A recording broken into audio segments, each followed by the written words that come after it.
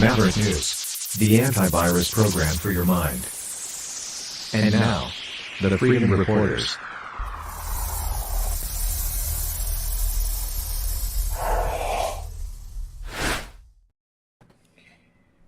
Good evening, everyone, new viewers and Maverick family, and hello, gentlemen. How are you tonight? Doing quite well. Thanks for asking, Rick. Good to see you and to meet you, Joseph. Good to meet you too. And I don't know about the good part, but it is evening. And first off, you know I can't pass a pun. So you say in the show title, follow the money. I prefer to follow my nose. It always knows the flavor of fruit. Now I'm hungry for cereal. That's a Fruit Loops ad for those who did, if it went past anybody. You didn't get past me because I'm old enough to remember. Do they still run those commercials, those Fruit Loops commercials using that song? They do No. by me anyway. No, they don't. No, maybe a little ancient. Anyway, gentlemen, we have a lot to cover tonight. Joseph, thanks for joining us on the program again. For those who don't know, Joseph wrote the book, which you see on the screen, Terror Strikes, which is a book dealing with terrorism. And Joseph has been following the situation in the Middle East with Hamas, with the Israel-Palestine conflict in Gaza. We're going to get into the attacks in Yemen, the airstrikes from earlier this week, what we are likely to see in the days ahead with regard to that. Also, tonight, we'll be looking at this whole issue that has bubbled to the surface regarding allegations of paid protesters at pro-Palestinian rallies around the world, including here in Canada and the United States. Ron DeSantis was given a participation trophy, which was a little embarrassing for him. Congratulations, Ron. Yeah. And we'll try to find some time to get into this whole thing with Gonzalo Lira, the journalist who died in a Ukrainian prison, and student immigration in general. It looks like the Canadian government is finally acknowledging that maybe the flow of immigration is just too much for the system to cope with. So we'll get into all that and a whole lot more on the other side of this. Hello, world. Are you awake?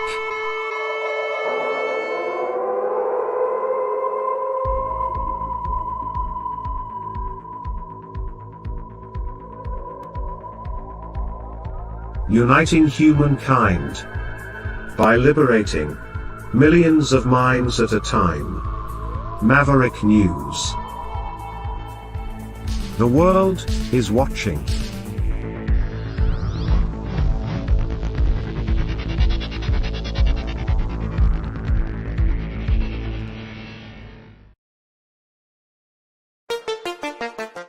The New World Order. Government overreach. The Great Reset. Mainstream media lies. Now more than ever, independent voices are needed. Donate now at freedomreporters.com. That's freedomreporters.com. Maverick News, the antivirus program for your mind.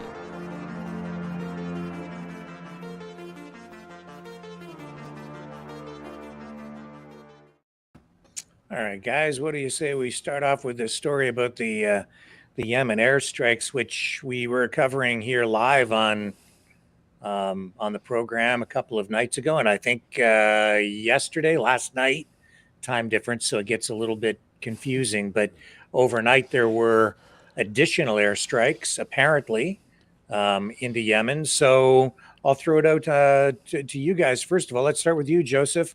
What do you know, and what are you thinking? Well, first, I've got to make a clarification. I can make mistakes, sometimes do, and I had a brain fart when I was on the show last with you. We were talking about the Houthis, and I had a brain fart and said Hutus, which are a different set of terrorists on the African continent, not to be confused with Horton, who didn't hear either of those who's. But anyway, you know me, I can't resist. But anyway, Joe Biden, of course, wants to take credit for being such a tough, strong leader now. He was dragged into this kicking and screaming by England and France and Spain to a lesser extent because his screw-ups, his feckless leadership on the world stage is now leading to world economic impact by the Houthis interfering with the shipping. His refusal to have done a damn thing prior to this. I think there should be one or two airstrikes into Iran. Nothing big, but something near the Ayatollahs to let them know, you know what? We can reach out and touch you. What do you think, Brendan? Well, I mean, I only started following it the other night. Like, conflict in the Middle East is not near and dear to my heart. I can't say that I care a whole lot about what is happening in the Middle East, but what is important that I did understand, what I feel like should be simplified is that Saudi Arabia and Iran are having a proxy war in Yemen. That's what's going on, right? So with some of the ships that have been attacked, what I did find out is like Norway was one of the countries that had their merchant vessels attacked. If that was the country of Yemen, then in that situation under NATO, that would be like grounds for some heavy retaliation, I think. But with what I'm kind of observing, it seems like they could have, I don't know what the answer is, but I don't like the confrontation. I don't think it's good for anything to get involved in a proxy war. I think you could probably put pressure on the Saudis to snuff this out or do something about it. But that's just my opinion. Yeah, let me clarify something, Brandon, that Saudi is involved in a proxy war on behalf of us against Iran. I'd say that's more accurate, yeah. Yes. And also with this situation, has Iran made a blunder, taking it too far? Now, the ship involved, the main ship in question, you need to hearken back, is the same ship out of Greece under Marshall Islands flag that was seized by the U.S. Right. Hauling Iranian cargo under UN sanctions. So now Iran has the Houthis seize that same ship hauling Iraqi oil to Turkey, a NATO ally, who is a weak NATO ally. Erdogan is more Islamic fundamentalist sympathizer than he is NATO ally. So are they making a major mistake and causing the people of Turkey to now perk up their ears and demand their leadership say, enough of this stuff, we are a NATO ally, and do something about this now? Will Turkey, who has ships in the Red Sea helping in Ukraine, blockade Russia to some degree, now send ships and deal with Yemen themselves? Because they are really the target of Iran in this situation. Yeah, and Turkey is kind of a waffler when it comes to their involvement with NATO. And that's why the United States really has not given them full access to the newest military technology, the newest jets.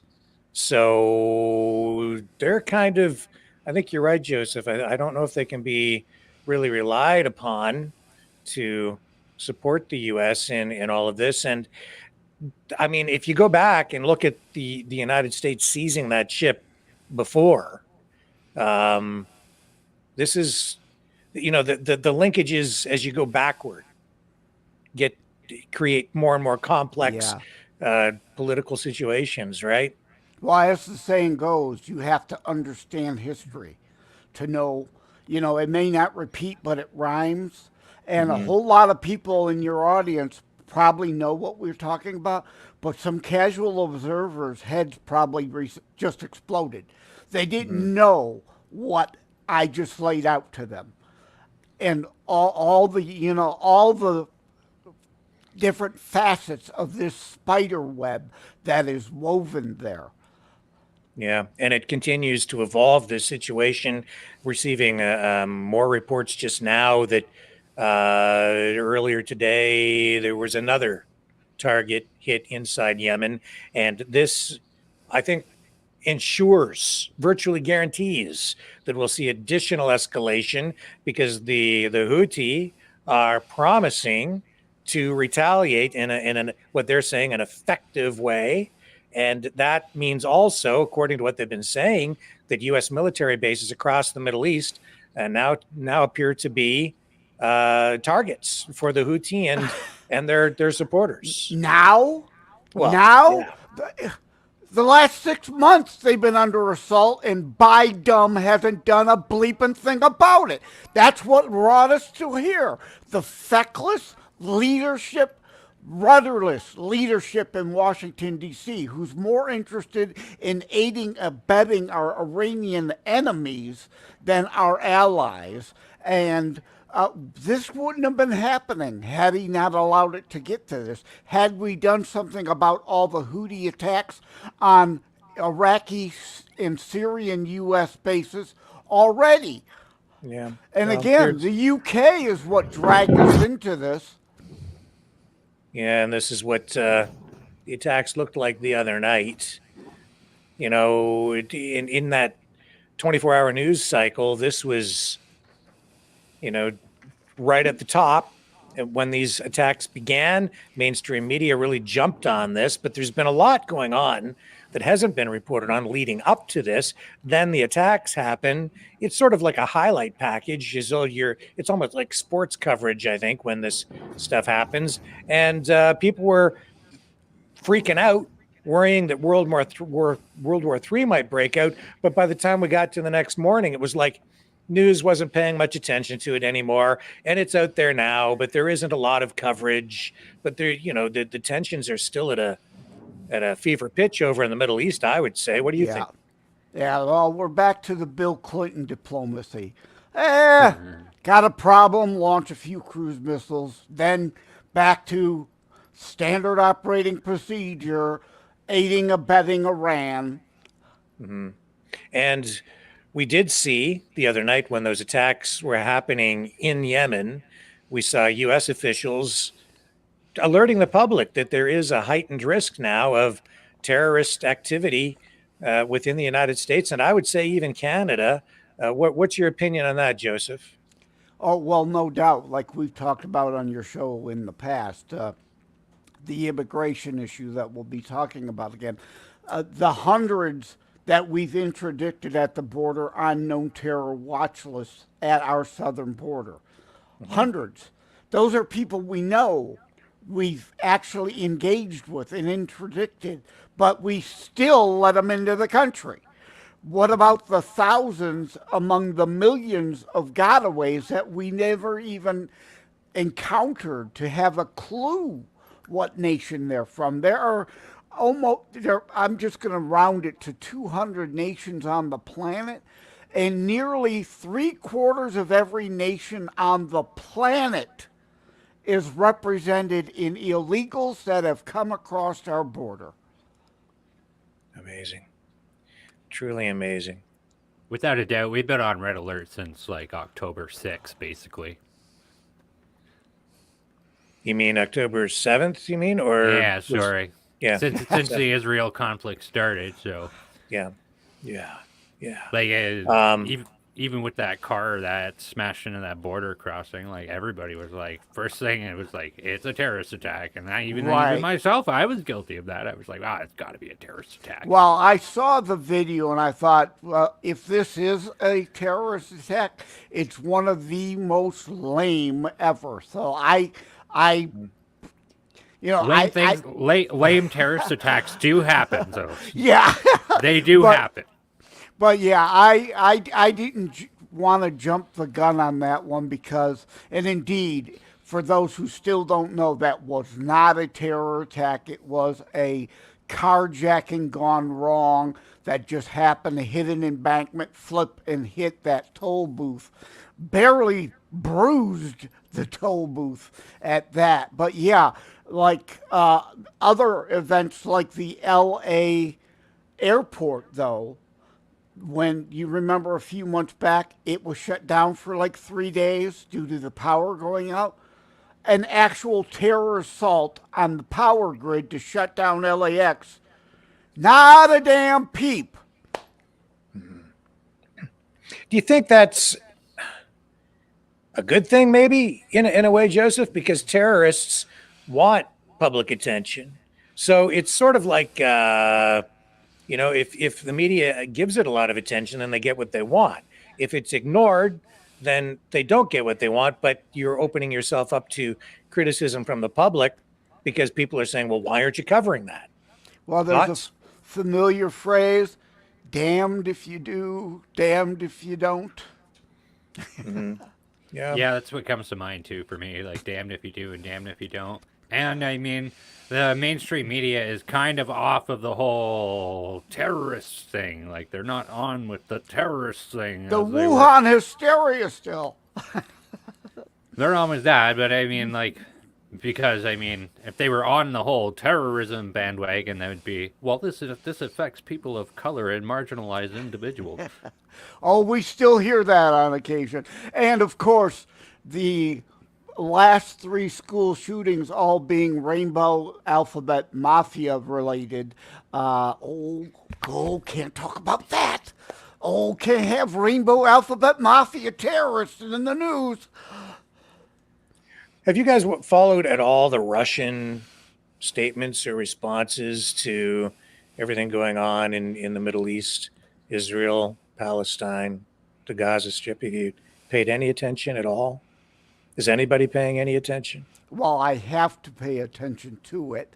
I take it all with a grain of salt, however. Yeah. Mm-hmm. Mm-hmm. Yeah, I've been watching, some of the other live streamers out there, some of the influencers, journalists, if you will, and I find the commentaries interesting, and I would say in some ways revealing. Russia condemning the October 7th attack by Hamas, listing Hamas as a terrorist organization, but then coming out also and condemning Israel for its response. And it appears they're backing South Africa's bid at the UN to have Israel held accountable for genocide. I mean, war crimes to that level.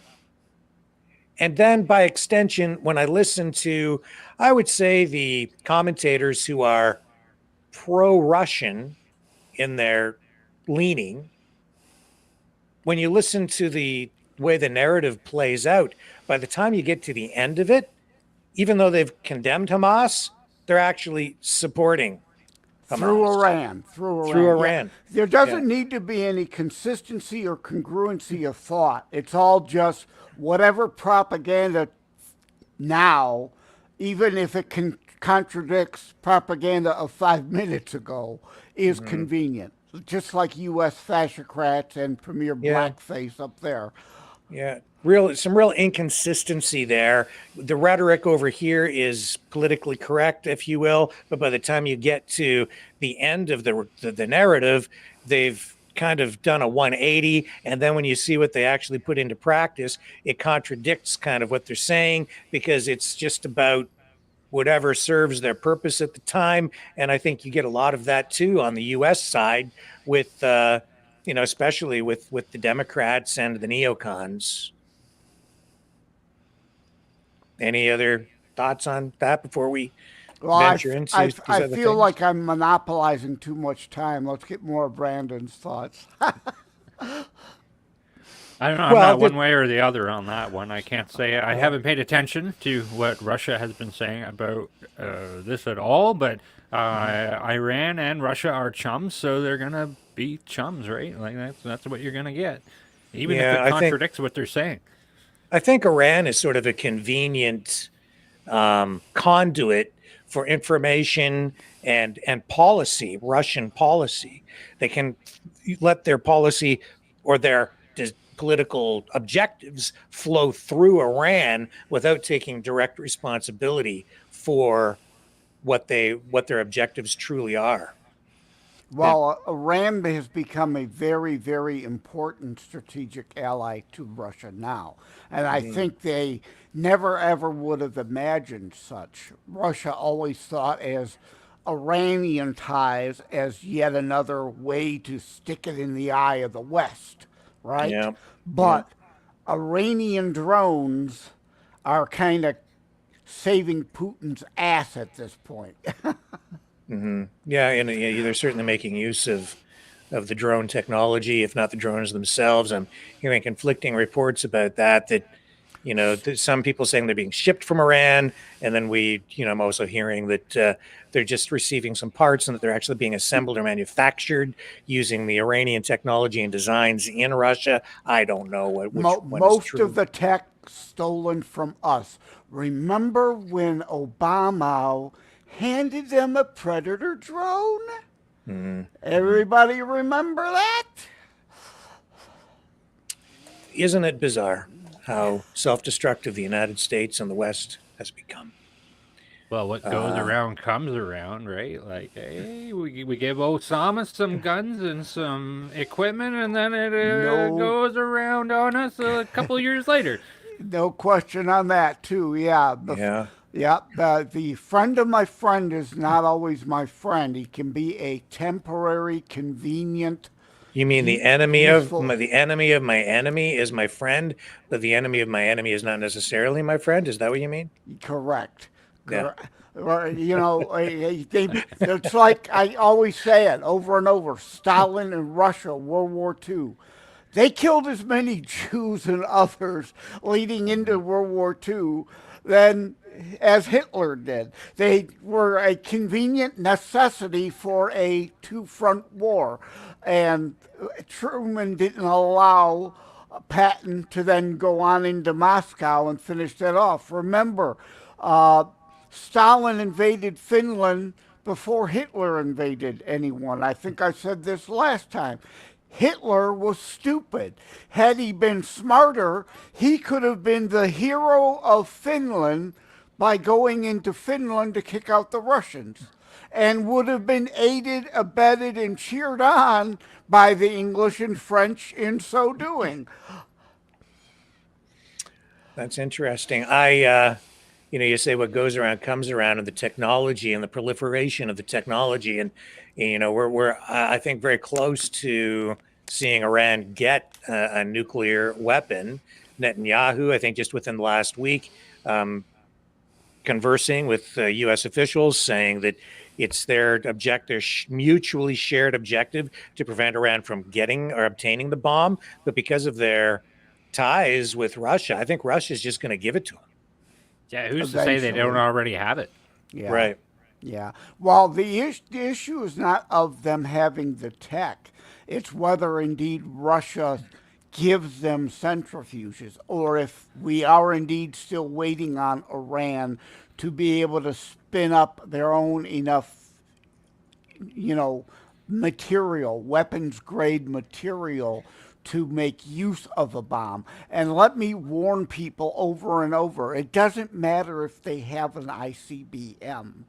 You can put a dirty bomb on a cargo ship.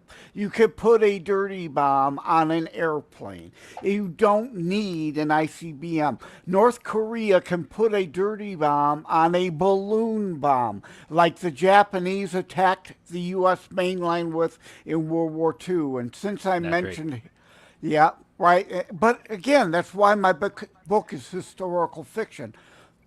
People don't know this stuff. They don't know anything. They never learned anything. So Yeah, they're, yeah. but since I mentioned Hitler, you mentioned Lori, Rick, in an Hmm. email. Apparently, I confused her with something I said on the previous show. Hmm. No, I was not saying Wilson and the Democrats funded the Nazis. What I was saying was a lot of what the Nazi socialists took or gained or used was the Wilson era Democrat outline, their use of propaganda, Oh, their rounding up and uh, displacement and slaughter of those politically inconvenient to them. Does Trail of Tears ring a bell to anyone out there? If not, look it up. That was Wilson and the Democrats. So the Nazis borrowed from the Wilson Democrat administration, as well as obviously Margaret Sanger and Yeah, her I was gonna say desire that. to wipe out Margaret Sanger, Democrat, clan bake, famous for wanting to wipe out Negroes in this nation. And to this day, Planned Parenthood, her creation, is mostly in urban areas doing what? Slaughtering black children.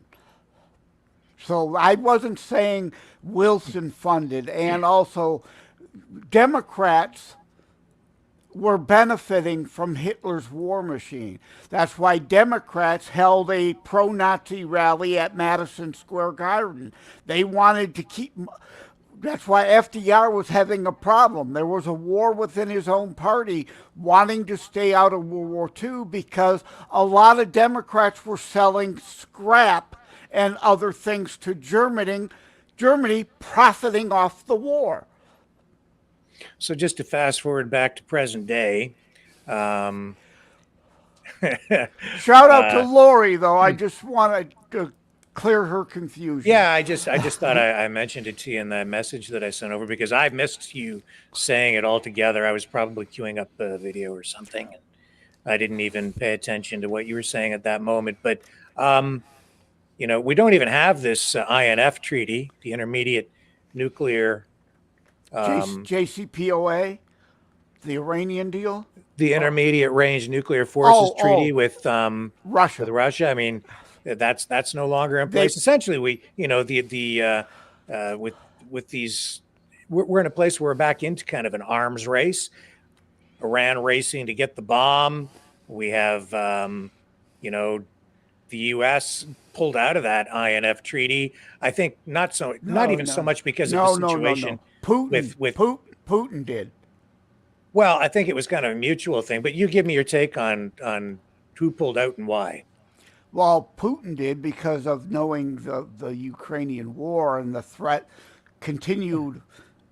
The whole Ukraine thing would have been avoided had Bill Clinton not said, and again, inconvenient fact, whether Ukraine is part of NATO or not, it doesn't matter.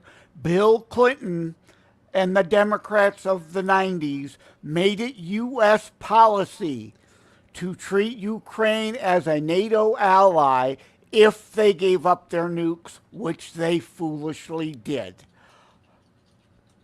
So they became de facto NATO. Well, I'm talking about the Trump administration pulling out. It had withdrawn from the INF treaty in August of 2019. Are we on the same page? Well, they're all kind of semi-related. Again, you got to understand all that back history, right? But yeah, I'm glad Trump was glad Putin wanted out of it because uh, Trump believes, like Reagan did, peace through strength. If we allow Russia and to continue to cheat on the agreement anyway, which we all knew was happening, and China to also run away with more arms. Well, I think And that was the Iran, point that I was trying to get at was that China, the U.S. believed that China had intermediate range missiles already. And so that's I think We why the U.S. also was like, this treaty's no good, because if China has them and we need to catch up. So yeah. if we're bound by this agreement with Russia, then we can't. Then we have an additional threat on this other side, which is why this new multipolar geopolitical reality and the spread of nuclear weapons to multiple nation states now creates a much more complex reality for every nation state to deal with. The nuclear threat is no longer bipolar. It's not just mutually assured destruction between two nations anymore. It's now you've got multiple countries: Iran, China, Russia, the United States, others. This is getting more and more complicated, and I would say by just through obvious logic, it's much more dangerous. And going to get even more dangerous. The minute Iran announces it has the nuclear weapon, Saudi Arabia will. And who are we going to be to say no? We too, like it or not, Saudi Arabia is obviously not NATO, but as part of past treaties, the United States has guaranteed the protectorate of the Christianity in Ethiopia, the Judaism in Israel, and the Islam main areas of faith in Saudi Arabia. We are declared protectorates of those sites. Yeah, let's not kid ourselves. The U.S. has all kinds of military hardware in Saudi Arabia, in the United Arab Emirates. I was in the United Arab Emirates in 2007, and I was able to, we drove by this massive Air Force base, and it was all American. But it's there in that region, and they're in their heart. Yes, they are. That's why, if Iran gets that bomb, Israel has said they won't allow it. The United States has said they won't allow it.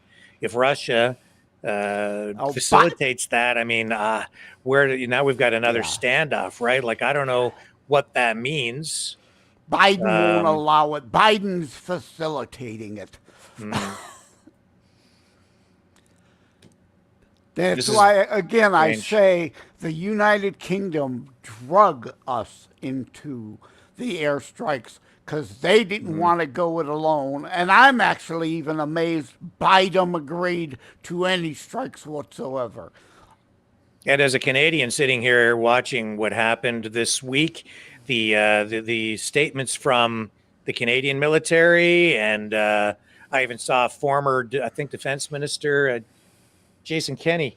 It was Jason Kennedy who spoke in an interview, saying it's really unfortunate that we weren't able to assist in the operation. It's because we don't have any military left. We don't have any military left up here. So the story actually, today, I can confirm that. Yeah. Oh, you're leading to it. Never mind. No, you go ahead then, and you fill us in. Your rowboat was on the other side of the planet. Yeah, exactly. We have canoes. It's a Canadian thing, man. Yeah. Canoes. We canoe, we kayak, eh? So, Bob and Doug. Anyway, it's my understanding that Canada and our military has had some hand in strategic planning with what's been going on, but it's like you said, we have no military assets to do anything with. We gave it all to Ukraine. There you go. So here's my translation on that from the that's what that really means is, Justin, yeah, you guys suck and you don't have any military, but since you've kind of been backing us up on all this globalism stuff, I'll tell you what, you can just say that you helped us plan it. Okay? So you just put out a statement saying you helped us plan it because you have like the smartest people up there. Yeah. You're so smart. You can help plan things. Even though all those Predator and Reapers overhead and AWACS are all flying a U.S. logo on them. But what happened to Rick? I'm afraid we might be having a problem. It looks like, No, no, there I'm he here. is. Okay. I'm still here. Honestly, I have a headache, and so I just took some Tylenol. That's why I went off camera. I didn't want to make it look like I was doing drugs on the air, but I have yeah. this pounding headache tonight, and so I had to take some Tylenol. I'm having sinus issues, so I keep doing. This is not cocaine. It is just a Vicks inhaler. So I I'm guess going to that try and means keep I'm my the head only one squeezed on here. drugs. Today's episode brought to you by Big Pharma. Yeah. So I don't know who manufactures It could be, it. but I don't know. It's I'm on nicotine though. yeah, Keeps me sharp. I can't say that I partake in that at all. But anyway, yeah. So all of that, and you know, and we're going to get more. I think that's pretty clear. What do you think's coming next, Joseph? It's hard to say. Again, I want to be careful and cautious about movements and players behind the scenes that I know are happening now. It all hinges on Biden and whether he feels it a political advantage to appear tougher or not now and wants to, continue the escalation. It's not good. We're not invading Iran. It's never going to happen. Like I say, I think we should launch a couple cruise missiles into Iran because that's who we're really fighting. Why do you want to bomb Iran? Like, why do you want to rattle their cage? Like, can't Why we do you just? guys want to bomb everybody? Yeah, I don't know. Like, what's I the saw purpose? Like, I saw you a pissed bunch us of off. We're gonna warmongering. give you some cruise missiles up your yin yang. Like, why? What's the point? Well, because they're the ones actually involved. They're the ones behind it all. Where do you think all the material and money is coming from for the Houthis?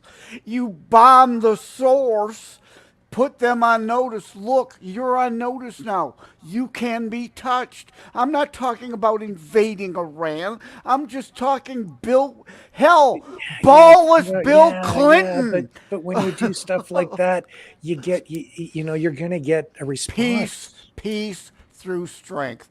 They only know strength. Weakness breeds more of what we've got. Isn't there another way to show that you're strong? Well, the sanctions would be nice again, but again, Joseph Rabinet Biden is too busy aiding and abetting the Iranians to put back all the sanctions on again. Well, therein lies the problem, right? Because they freed up the money, sent plane loads of cash. You exit Afghanistan, arm the terrorists that you said you were fighting, leave behind billions of dollars worth of weaponry. Then back on the home front, you say that you're all for gun control. Right. Hell, there's a perfect tie-in. Yeah, Joe Biden's for gun control only at home, nowhere else. Yeah. Free weapons for the rest of the world, but not for you. Not law-abiding Americans. They want to take your guns away and give it to Al Qaeda. And they have. They have. Indeed. They have indeed done exactly that. Which also leaves the United States open to this ongoing.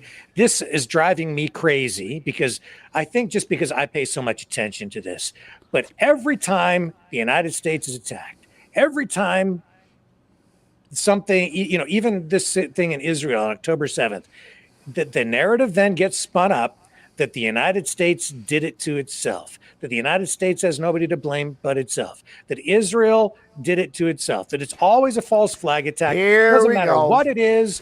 It doesn't matter. From like everything from. They raped their own people. They beheaded their own children. They're not denying those things happened. They're just saying the Jews did it to themselves. But let me say one last thing about Iran here.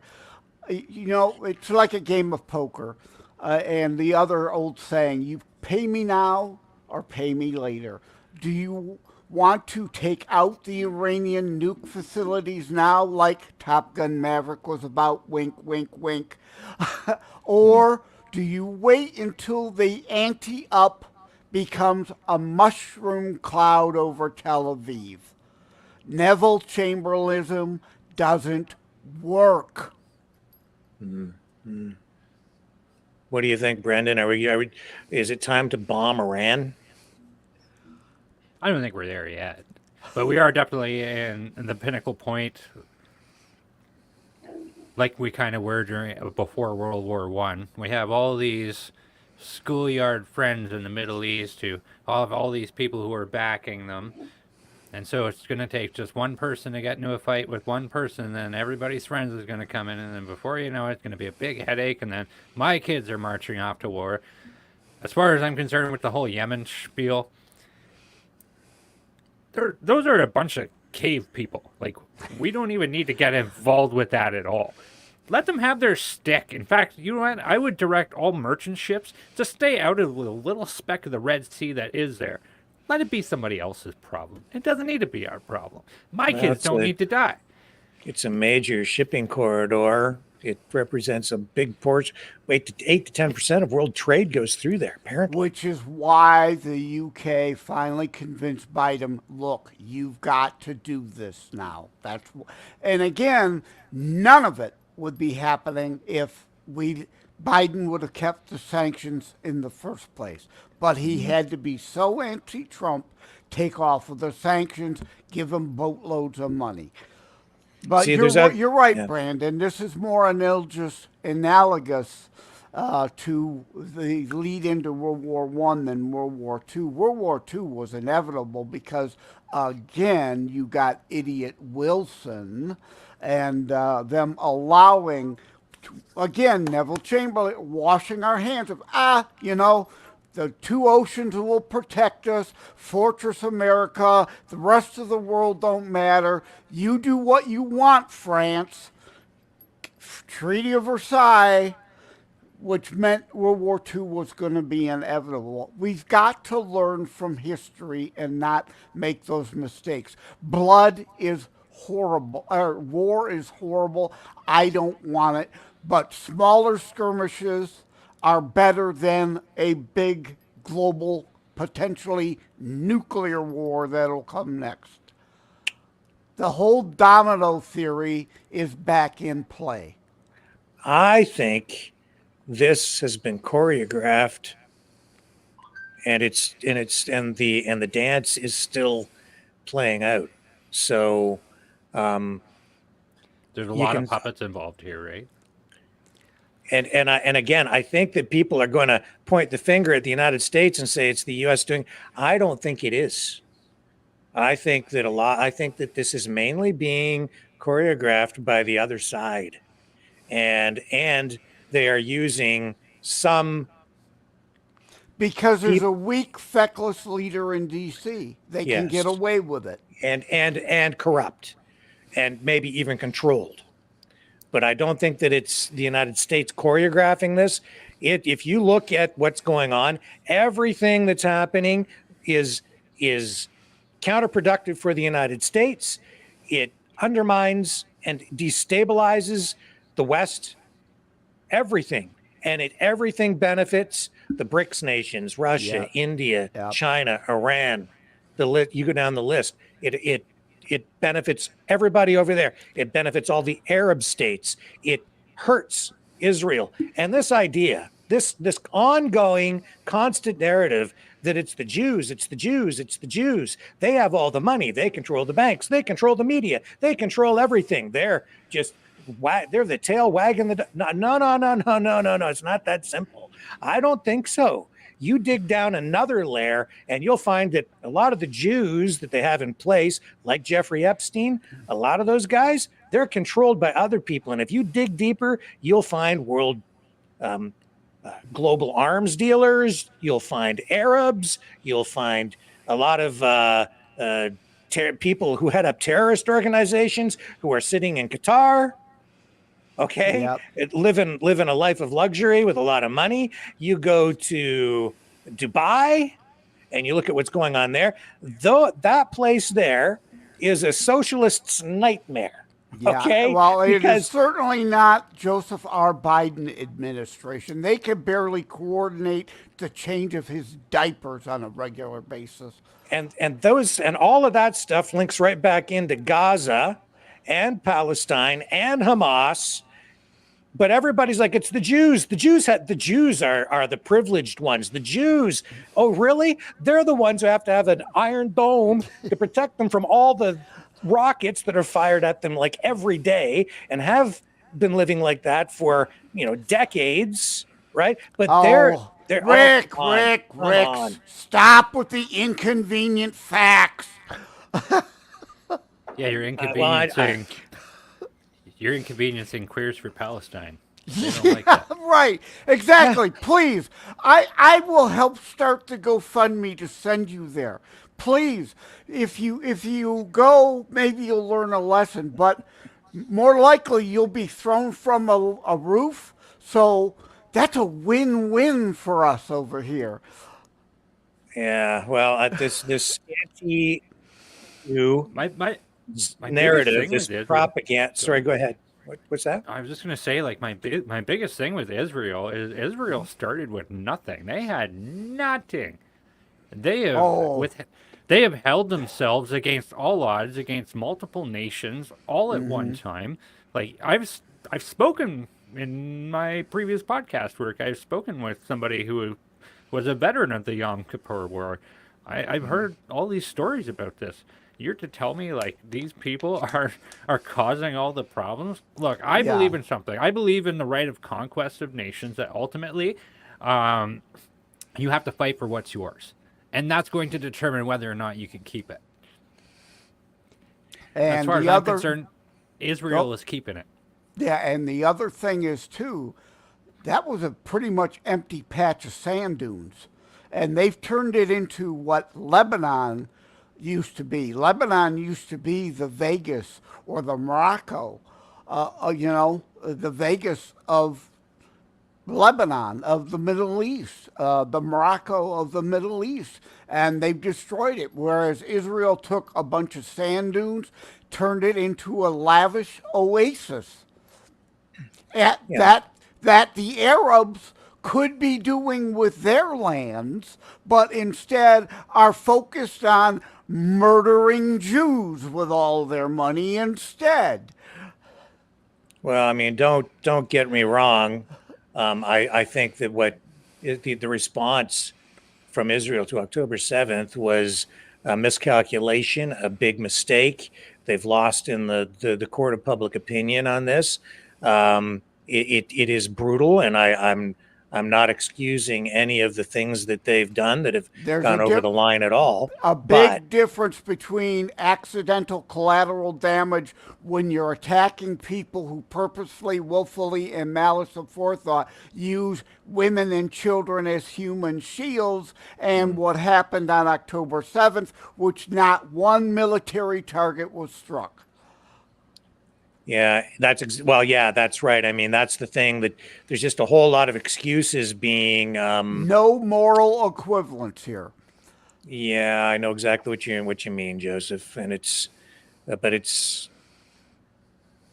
difficult thing. And then this is a good segue, I think, into these protests we're seeing today, and allegations of paid protesters being used. But before we get into that aspect of it, this was a protest, I believe, at the residence of Canada's Foreign Affairs Minister Melanie Joly, and listen to what the protesters are saying here as they chant. Listen very carefully. That gave us a state. As we know, settler colonial states support settler colonial states. As we stand on unceded Kanien'kehá:ka territory, let us never forget the ongoing settler colonialism of the nation we live in, as we fight for the end of settler colonial violence everywhere.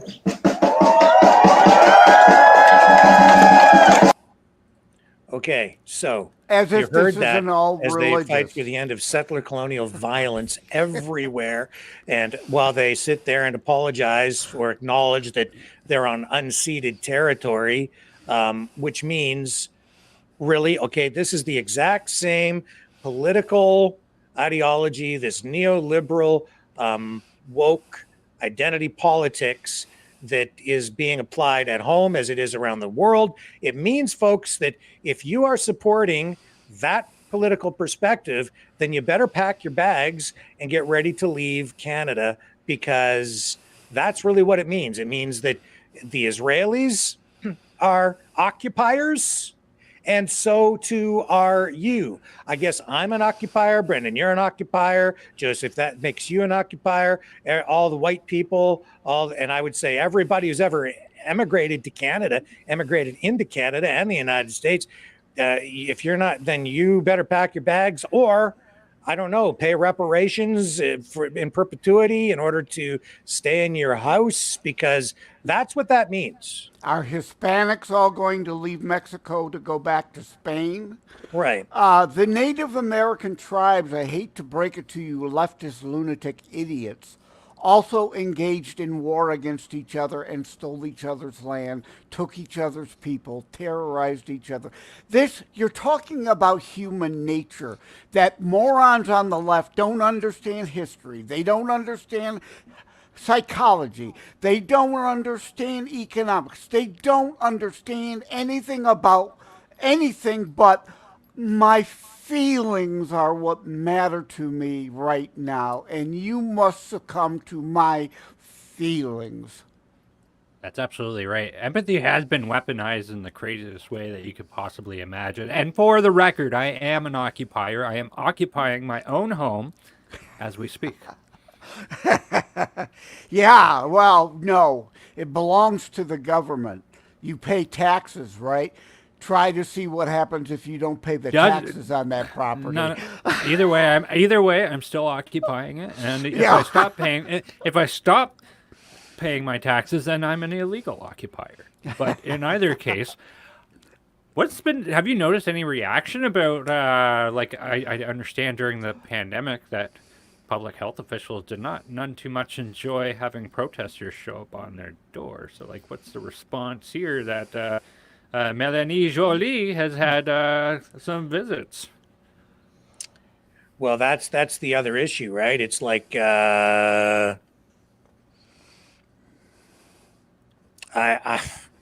what do you think? Is it appropriate to protest at the home of a politician? No. I don't think it is either. No. Yeah. I'll tell you this, during the pandemic, some of the freedom people, okay, I'm just being straight up honest, went to the homes of public officials here locally where I live. And when they did that, I was like, I'm not going. I'm not participating in that. Right. I didn't go. Parliament, the Capitol building, those are legitimate targets for place of protest. The Right. trucker convoy, very much legitimate on open public roadways heading to Ottawa to let your voices be peacefully heard. Just like Trump called for on January 6th. There was no incitement of violence. But I want to get to, other than the usual suspect here we always hear about of Soros, the name you brought up that I had not yet heard heretofore, Rick. The name of the other billionaire funding some of this stuff you brought up in the email? Oh, Neville Ray Singham. Yeah.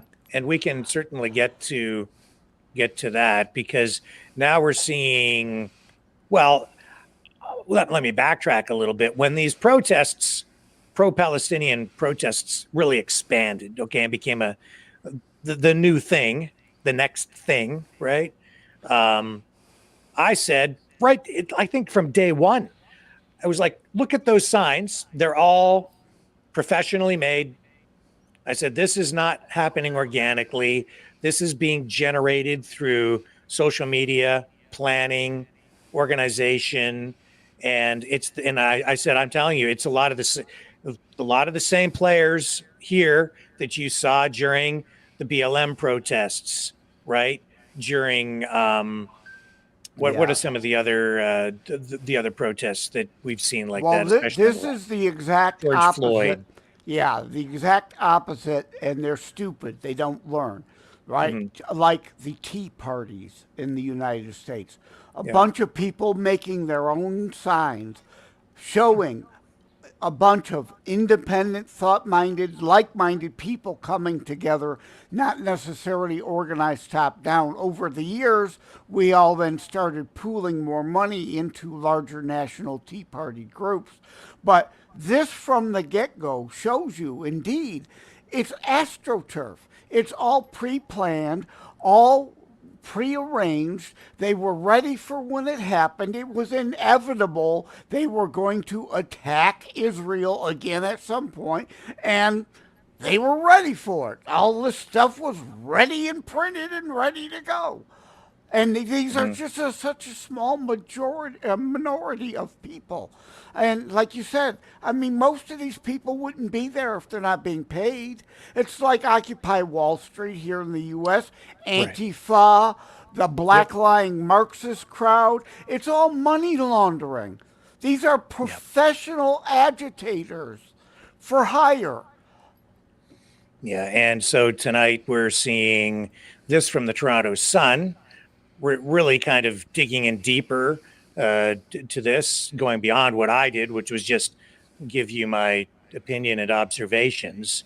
But they're saying protesters paid to take part in pro-Palestinian demonstrations, and they lay a lot of this out, and they've done some investigation here, and they are following the money. They are substantiating this, documenting it to some degree. And that's exactly what we are seeing. Professionally made signs, people showing up wearing yellow safety vests, coordinating things, directing the crowds. It says here that they've identified an organization that has helped to raise funds for this. And some of these protesters are being paid as much as $20,000 a month, apparently. I think the amount that they pay out varies widely. But let me find the organization for you. I have it. I I had have queued it up. here. What was the name of it? It's called the Plenty Collective, and I found their website when we were researching it earlier. Basically, to sum this up in a stupid way, is it is a Queers for Palestine type group. And with what I was able to find out is that they have existed for some time under LGBTQ activist type group. And they, since October 7th, or what's been going on in Israel, whatever is convenient for the next check. Yes, and so they have set up the Palestinian Solidarity Fund, and it's funny because you go on their website and it's government money all over it. They have received grants from the Trudeau government to help fund their LGBTQ activism and all that sort of stuff. I don't think they've liked that the Toronto Sun has pointed them out, though, because I was looking at their various socials and I found that they shut off their Instagram account. Oh, what a shock. Yeah. So here's what the website looks like. And yeah, I mean, it's the same people. This is just a different website, but they're all connected. And if you look at what they're about, they're left-wing, socialist, I'd say neo-Marxist organization. Anytime you start talking about the collective, it's a collectivist group, collectivism, socialism. And I would say that what we're seeing here really, especially with this conflict in Gaza, is a convergence between the communists or the far left socialists and the fascists. Yeah, it's all shell companies to move money around. It's a classic example of RICO violations here in the United States, creating shell just like the Biden administration, the Biden family has done. A whole lot of shell corporations just to move and launder money around. Community over competition. And, this is the thing that really binds and provides the glue to bring the fascists and the I'm going to call them Marxists, neo-Marxists together. It's the real objective is to the thing that is cohesive is they're anti-capitalist, anti-American, and therefore anti-Israel, anti-Jew. Yeah. And you're quite right, Joseph. If you go back and you really look at your history, you'll see that Stalin killed a lot of Jews before Hitler ever did. Yeah.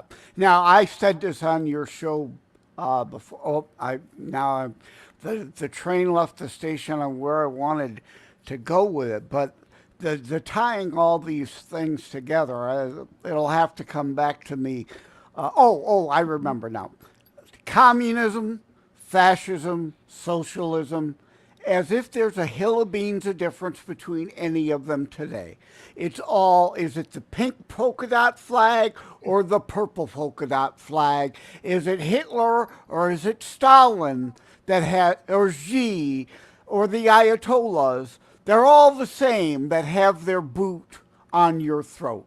It's whose convenient banner happens to be flying over D.C. that day. They're all the same. See, and it's like well, Hitler was evil. That was terrible, and we can never repeat that. But somehow here in the West, maybe even around the world, the communists, they claim to be persecuted and misunderstood and misrepresented through history. But the reality is, I think they pretty much get a pass because they keep trying it over and over and over again. And if there are two ideologies that have been a complete disaster through history, fascism and communism, and because they never got it right, they want to keep trying communism over and over again. So this time around, what they're doing is they're doing this. And I came across this cartoon, showed it last night. I'll show it again. It's like Marxism and fascism. Let's put them together, create globalism. And that's why I've been calling this communo-fascism, right? Yeah, you have since day one. And I'm like, you've been calling it that since day one. Yes. Yeah, that's no, exactly you're right. exactly right. And again, history that people don't know. So if communism resulted in millions of deaths and fascism resulted in millions of deaths and the Holocaust, here's a great idea. Let's combine Put them together. Yeah. Now, here in the United States, people don't understand this. You've all heard of the Mayflower Compact, right? It's the Mayflower Communist Compact. It's where the term Commonwealth comes from. It was no one owned anything. We're all in this together as a collective. We all share equally. We are all to work. We all share in the benefits. And of course, what happened and where Ayn Rand got her idea for Atlas Shrugged from was the Bradford Colony. Communism failed in the United States long before Karl Marx ever came along. Atlas Shrugged. Bradford instituted free markets, private property ownership, personal and individual freedoms and responsibilities. Everything that the Constitution of the United States of America, our founders, built us upon.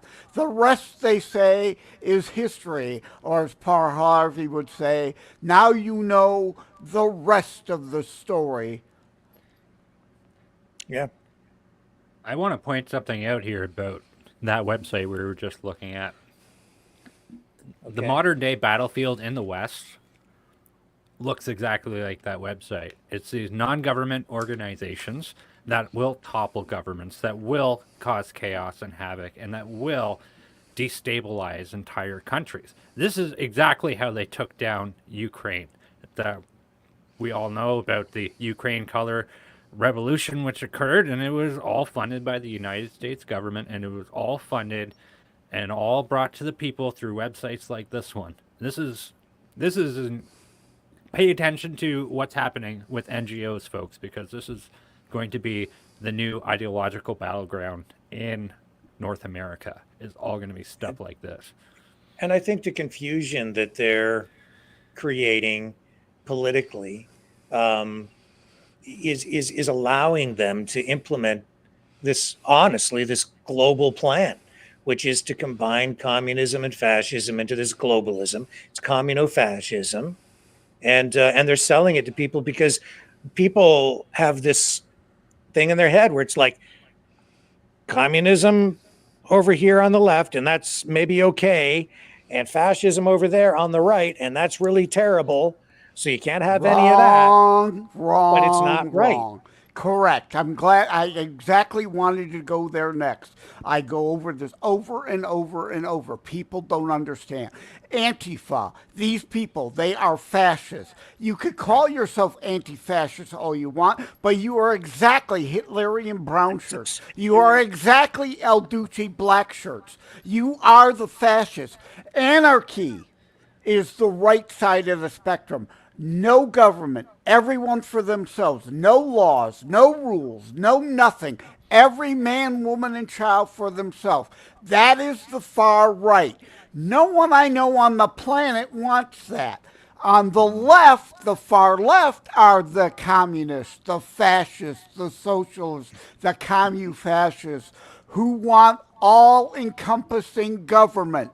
With them, of course, their banner being the particular one being flown. And we are supposed to be somewhere right of the middle in that spectrum, but the Overton window keeps moving to the left. And just because a leftist who wants full fascist, tyrannical, top-down government may use tactics associated with an anarchist does not make them an anarchist. Can't disagree with you. I can't rebuttal. No, that's where we're at, I would dare anyone in this audience to try to rebuke that. There will be some loons who, oh no, they're still, oh no, fascism is a right-wing thing. You know, Hitler believed in religion. That's a right-wing thing. You're a moron. You really have to look at it more in terms, I think, of, control. How much control is a government going to have? And I think the further you move to the left, you get more and more and more and more government control. And over there, that's where you find the fascists, the totalitarians, the dictators, the communists, everybody that wants to control everything. Centrally planned economies, put your political opponents in jail, right? Control the media, control the narrative, control. Right? Everybody gets the same. We're all in it together. It's collectivism. You must serve the collective, not serve your own individual interests, right? If you go, as you move back further to the center, or however you want to put it on a chart, you get more and more freedom, less and less and less government, until you go too far and you have no government at all, which you might say then you could argue is like anarchy. Anarchist. Yes, anarchy, okay. Far right. That's the far right anarchists, okay? That means like it's chaos, essentially, because then it is truly every man and woman for themselves, and it's the law of the jungle. And if you come here and we get into a dispute, then I guess I just shoot you in the head and it's settled, and nothing happens because there is no rule of law. So it's just madness and chaos. So you can't have that either. You have to find the right balance, and that means coming someplace into the middle, someplace into the center where you actually maximize freedom, because you have rule of law, you have public safety, you have social contracts between the public and government, so that services are provided, so that you have certain laws that people agree upon. You have a criminal code that's written. Everybody knows what the law is. Everybody knows what the rules are, what the speed limit is driving down the street, so that if you break this rule, you're going to get it. You're going to get a ticket. And when the police arrest you and you go to court, it's not the police arresting you. It's the police arresting you on behalf of the community, which means that we are in it together, right? But it's the support of the people for the police and for government that allows the authorities to arrest people, because they get their power from the people. But if you go too far to the left and keep going further and further to the left, the individual citizen becomes smaller and smaller and less important. It becomes a collective, and all the power actually gets centralized at the top. So while they're telling you that they're going to serve the people, serve the little guy, serve the poor, serve the most vulnerable, it's not true. They get all the power up at the top and as much wealth as they choose to accumulate for themselves, and they decide how much you get, if anything. Yeah, that's the true political spectrum left-right paradigm. And communism, micro versus macro. Like the local community, we all understand, I'm for local government. I wrote an article at thelibertybeacon.com, The Politics of Potterville, because we just came out of Christmas. What was Potter about? Power and control. Killing free markets. He wanted monopoly over that town. He literally wanted the town to be Potterville and only and all about him, right? Community, that savings and loan or your credit union is communism on the micro level, where you as an individual choose of your own volition to join and become part of for your collective benefit on your local scale, as opposed to the communist top-down overriding jackbooted thud dictatorial from the top down of everything communism politics. They're different, and people don't understand these things. Yes, they really don't. The people really truly don't. We haven't been educated. Our school system has failed. I'd say several generations where people are just not being properly educated on this stuff. Absolutely. Do you guys know how long the required mandatory civics course in Canadian high school is? I don't know if they even offer it or make it even mandatory anymore, do they? Probably a week. Yes, it is. Yes, it A is. week? But it's A half day? of a semester. It's called Half a civics, semester? and they call it civics and careers, where the first part of it, they focus on civic responsibility, how the government works. They don't really get into it too deeply, like I said. Of course it's not. It's one course for half a semester, so like it's a month and a half where you learn about how the Canadian government works, what your rights are. It's not enough. It's how they want you to expect and accept it to work, not how it was meant to work. Well, if you want to know what it's like to live under a socialist slash, I'd say even communist government with that kind of economy, just look at what's going on in Canada right now.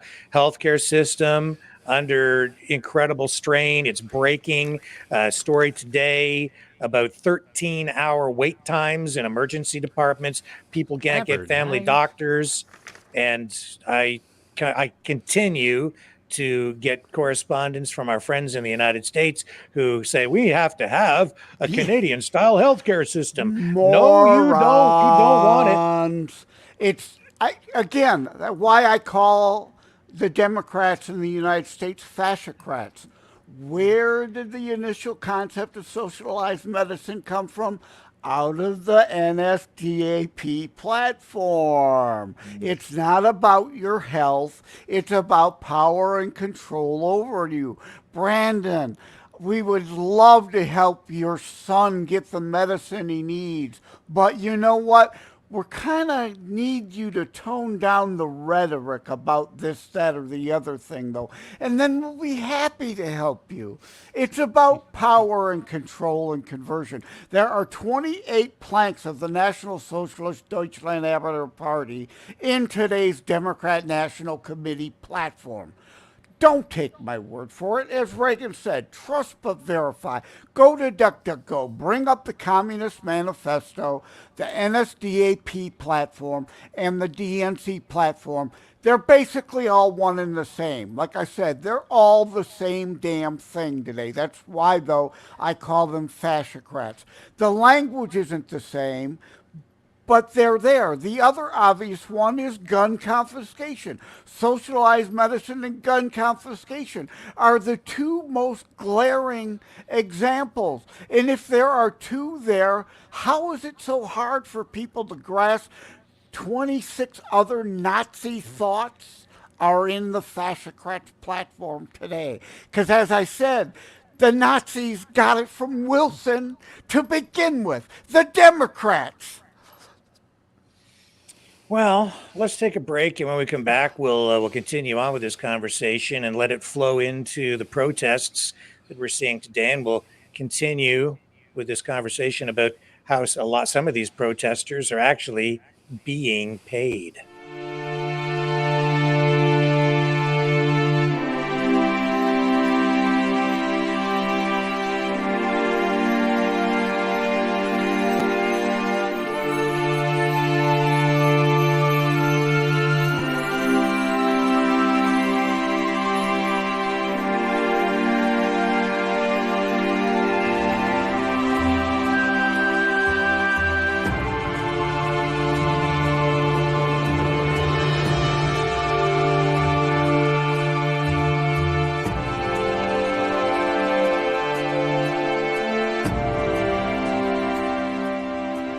Maverick News.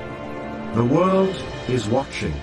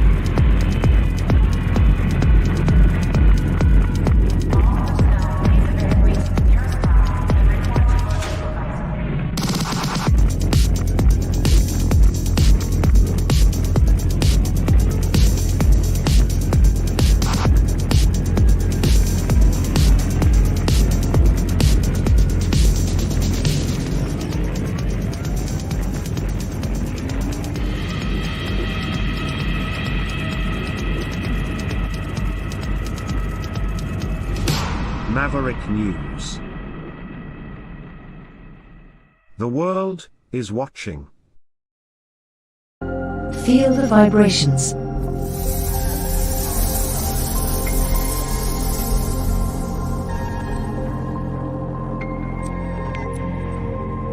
Our quest continues.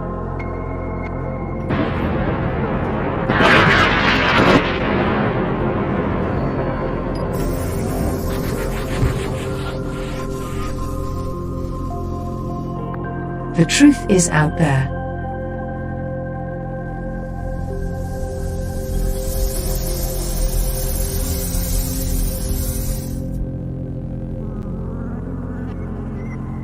We are Mavericks.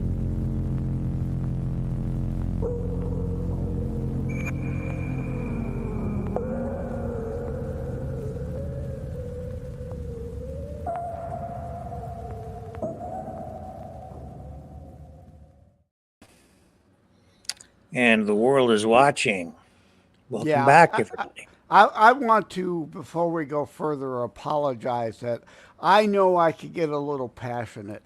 And like I just dropped my Constitutionalist Politics podcast today and the corresponding thelibertybeacon.com piece on net neutrality. which I mentioned you and your show, Rick, because I go back to the antics with the only allowed propaganda arms being allowed to peddle your news up there now and trying to shut down everything else. Net neutrality's coming back in the U.S., and it's going to come back even worse than before, trying to copy what Premier Blackface has gotten away with up there. It's about attacking and controlling speech, not access to the internet. But I had somebody react to me because I kind of got like a ranty and ravey, and like I was in that last segment, about coming across more like an emotional, hysterical snowflake than, somebody calmly purveying information that's important for people to get. So I had somebody told me, I need to take a pill because I make Alex Jones look sedate at times with his a little too animated at times. So I apologize. No.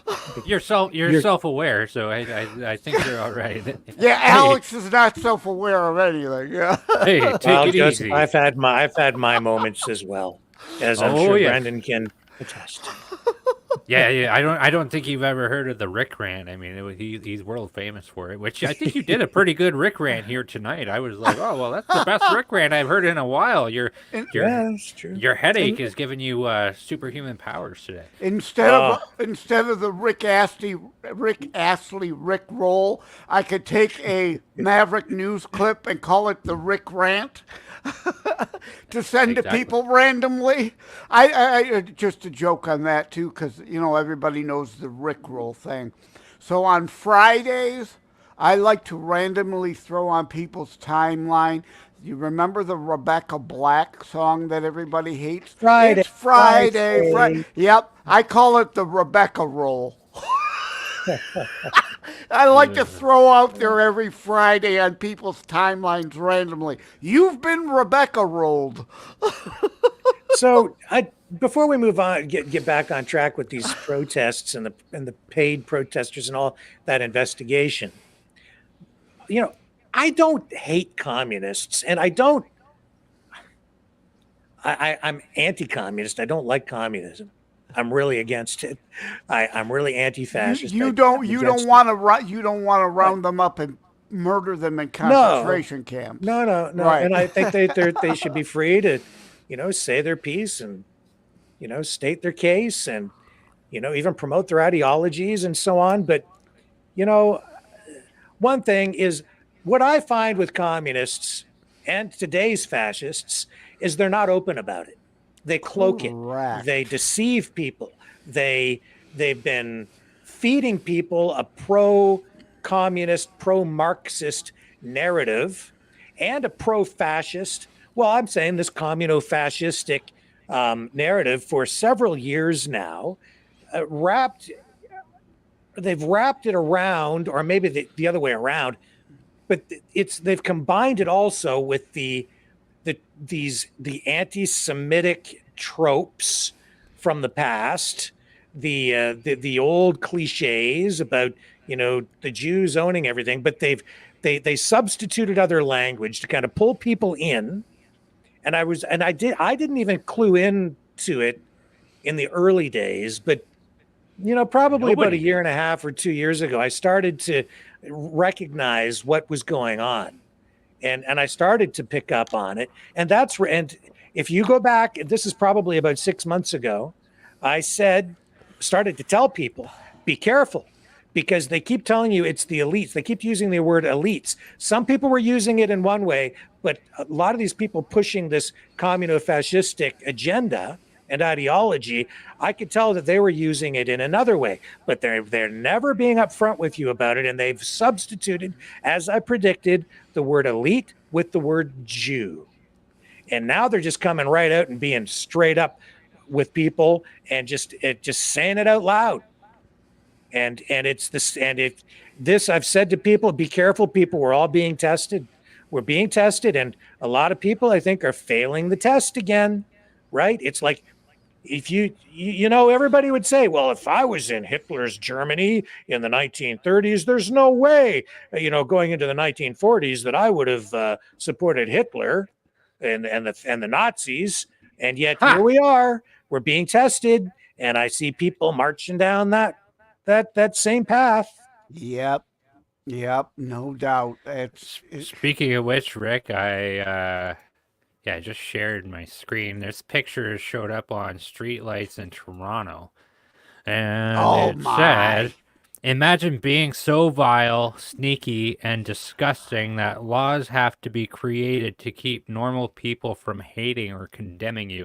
And this image comes out of 1930s Germany. Mm-hmm. And the reality of the situation is most people would not have Anne Frank living in their attic. This is not the reality of the situation. That the hive mind kicks in, everybody goes, "Oh wow." Yeah. There's nothing but your neighbors are all going to be, I don't know, man. Like we're so screwed. And I mean, I used to kind of think like you, Rick, where I was like, well, I don't care if somebody's communist, but you know what? I kind of do. Because whenever there is a hump or a hiccup in society or any tribulation, it creates a huge threat to everybody's well-being and to everybody's future. This is a massive threat. It kind of makes me, I agree with you. Yeah. It kind of makes me, maybe having some more McCarthy type style witch hunts not so bad. I don't know. However, I'm not intellectually sound enough to be able to give an answer on that. It's just my stupid opinion. Well, I think that you go down the McCarthyism road, and you're also walking into a trap. It's the if you believe in freedom, then you have to take the good with the bad. But the answer to bad ideas or even hate speech is more speech, and to counter those bad ideas with better ideas and truth. And that's where I think you have to be, and that's why I'm okay with the chaos, with the turmoil, with the mix of information that we get online that creates instability, even to some degree, in our society. It's like, as long as I see that still going on, then I know we still have some freedom, and freedom of speech, freedom of thought, because people are still disagreeing. So that's okay. It's okay if people are still disagreeing. When you see everybody lining up with the hive mind, and you're the only one left, then you've got a real problem on your hands, right? Yeah. That the freedom is gone. I mentioned, can you see my screen? I can't see the screen anymore. Yep. Can you see? Yeah. This is that meme that I made, I mentioned a few shows ago, about geishas. I coined that term in my Terror Strikes book. Global Islamic Jihadist Interim Army Soldiers, geishas. It's like Nazis, right? Short for National Socialist Deutschland Arbeiter Party. But leftist loons, actual anti-Semites, put this out there with BB with the Hitler stash. So I created the meme that says actual anti-Semite Nazis calling for genocide of Jews think clever, Alinsky deflection psychological projection style, to post the above. Irony so thick it should suffocate. But you know how they like to call Jews pigs. So I'm calling them fish. They're like fish with gills swimming in the idiocy.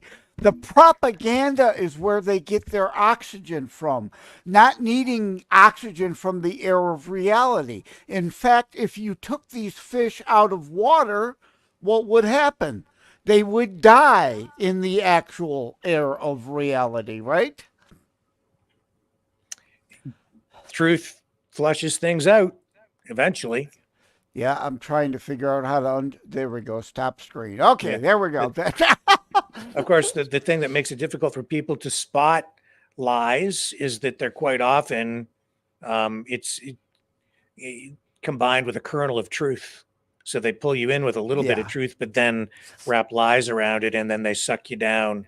Which into their goes world. back to Wilson. We come full circle. And I've got 2 articles on thelibertybeacon.com. You could go look Joseph M. Leonard in the search field, see all my articles there at thelibertybeacon.com. The left and twisting and warping of language, and continued twisting and warping of language, part 2. all about this. I have a more recent one, the leftist 7Ds, which is an extension of the Alinsky tactics: deflection, distraction, distortion, denial, dodge, discredit, deception, right? It's all about warping reality into something that it isn't. Orwellian, right? So my 7Ds are an extension of what Orwell warned was coming and is here today. You're right. They have to twist, like define fair. Depends on what the definition of is again, right? Always. Define fair. Well, what I think in my feelings is fair may not be Rick's version or Brendan's version of fair. So it depends. And by fair, they mean they get to steal your shit. No, that's not fair. That's communism. That's confiscation. That's redistribution. Expropriation. Let's nationalize this and centrally plan that. And because, it's all for the greater good. And, and you have to stay locked down because you have to protect everyone else. It's their health is your responsibility. Yeah, the greater good. That's another one. I've got an article on that. They twist that concept. They even twist the Robin Hood concept. He didn't steal from the rich to give to the poor. He took from the sheriff who was confiscating on behalf of the king from the peasants to enrich the elites of the time. He stole back from the government what was taken from the citizens, but they warped that story. Sorry, Brandon, I interrupted you. Yeah, man, what's going on with that? No kidding. Look, like we've had some pretty important discussions about what the truth is. Ultimately, these commie bastards have hijacked the truth because they have put themselves to be the arbiters of truth. They're the ones in the university that say, we're on Indian land, this land belongs to other people. No, I will not give my house back to them. However, it's theirs. And look, if you look at the structure of the Ku Klux Klan and the Democrat Party, you look at how that worked, that's exactly what is going on right now, where they have instilled Klan members into every aspect of municipal, state, and federal politics. And so they place themselves in there, and that's how they took control. That's exactly what they've already done. They did it while we were all asleep. This was all through the 2010s and the 2000s. This has already been done. They own the truth. If you own the universities, you own the truth, and they own the universities. By extension, that's also why they don't want. That's why, traditionally, communists have been godless. They want to purge religion, right? And that's because they want to decide what's moral. They want to replace the church with the state. They get to make all the rules then. You can't then hold up the Bible and say, but wait a minute, we have these 10 commandments that says, this. They say, no, this is the law because I said so. So you're being dictated to by a human. There is no higher power once they get rid of that. Now you see these other people, these Marxists out there saying that there is, we have, Christian communism. You're getting this. Pope said that this week too. Yeah, and I'm not buying into it. Like I'll entertain people who want to talk about it, but I don't think it really works. And it's also convenient at this point for the convergence of the neoliberal Marxists and the fascists to converge, because they can then say to the Islamists, you can have your religion and we could combine forces with us because we share this vision of a we're both anti-communist and therefore anti-American and anti-Zionist. But you can still bring your religion here and it's cool. For now. Yeah. Well, Brandon, I don't think you've heard this. I'm born and raised Catholic, so I call Francis the nincompoop. I coined that hashtag years ago because he is clearly more interested in communism than Catholicism. Well, I'm definitely a Christian myself, and I do believe that God and Jesus Christ does compel us towards charity, but it doesn't mean let's all stockpile our stuff and then we'll put somebody at the top of our stuff and they'll decide who gets the stuff and who doesn't get the stuff. Well, you sinned this much this week, so you only get this much stuff, and you didn't sin at all, so you get all this stuff. No, that is not how it goes. That's what my latest book, Constitutionalist Politics book, is about. My Constitutionalist Politics show, Jesus was not a socialism. Render unto Caesar is one of the most bastardized scriptures. The left takes it all out of context. They take a lot of stuff out of context. Like so today, yeah, go ahead.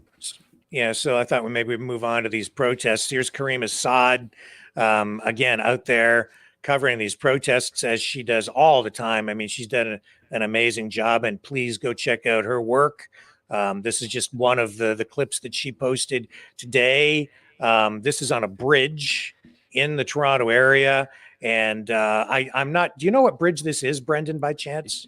Yeah, it is the bridge that the police chief of Toronto said if anybody goes on there, Avenue Road Bridge, yeah. Yeah, it's corresponding with the highway. What's the main one there? The main highway, 400 series highway. Okay. Yeah, Apparently, anyway.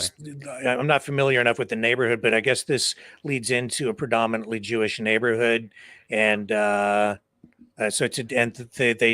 they have decided that there will be no protests allowed on the bridge. You're not going to block access to the neighborhood again, as they did the other day, where they actually brought coffee to the protesters. At one point, that video went viral. They were back out there today for another kick at the can. And this is kind of what was going down, is police told them, sorry, you cannot stay on the bridge to protest. Correct. You can protest down there. Correct. Safety issue.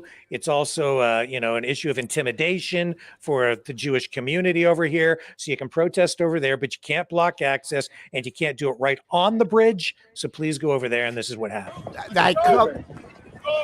you can cross up the pedestrian crosswalk. Thank you.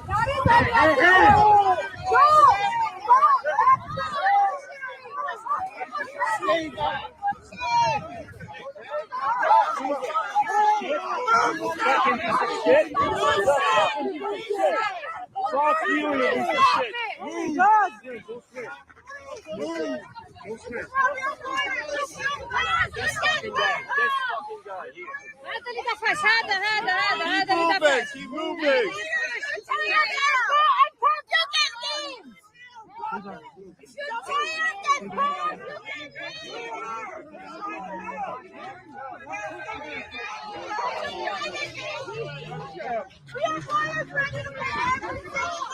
This was totally unnecessary.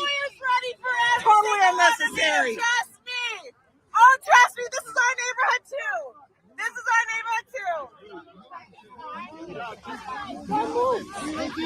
This should be on you guys. Stop pushing. You can be paralyzed. Don't move. You can be paralyzed. Don't push him. Don't. What are you doing? Do not push him. I will take him.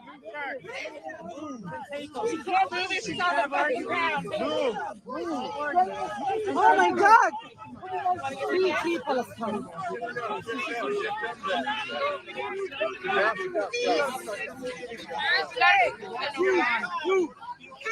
This is called kettling. It's called kettling. They kettle you in a circle. This is what they did at the G20.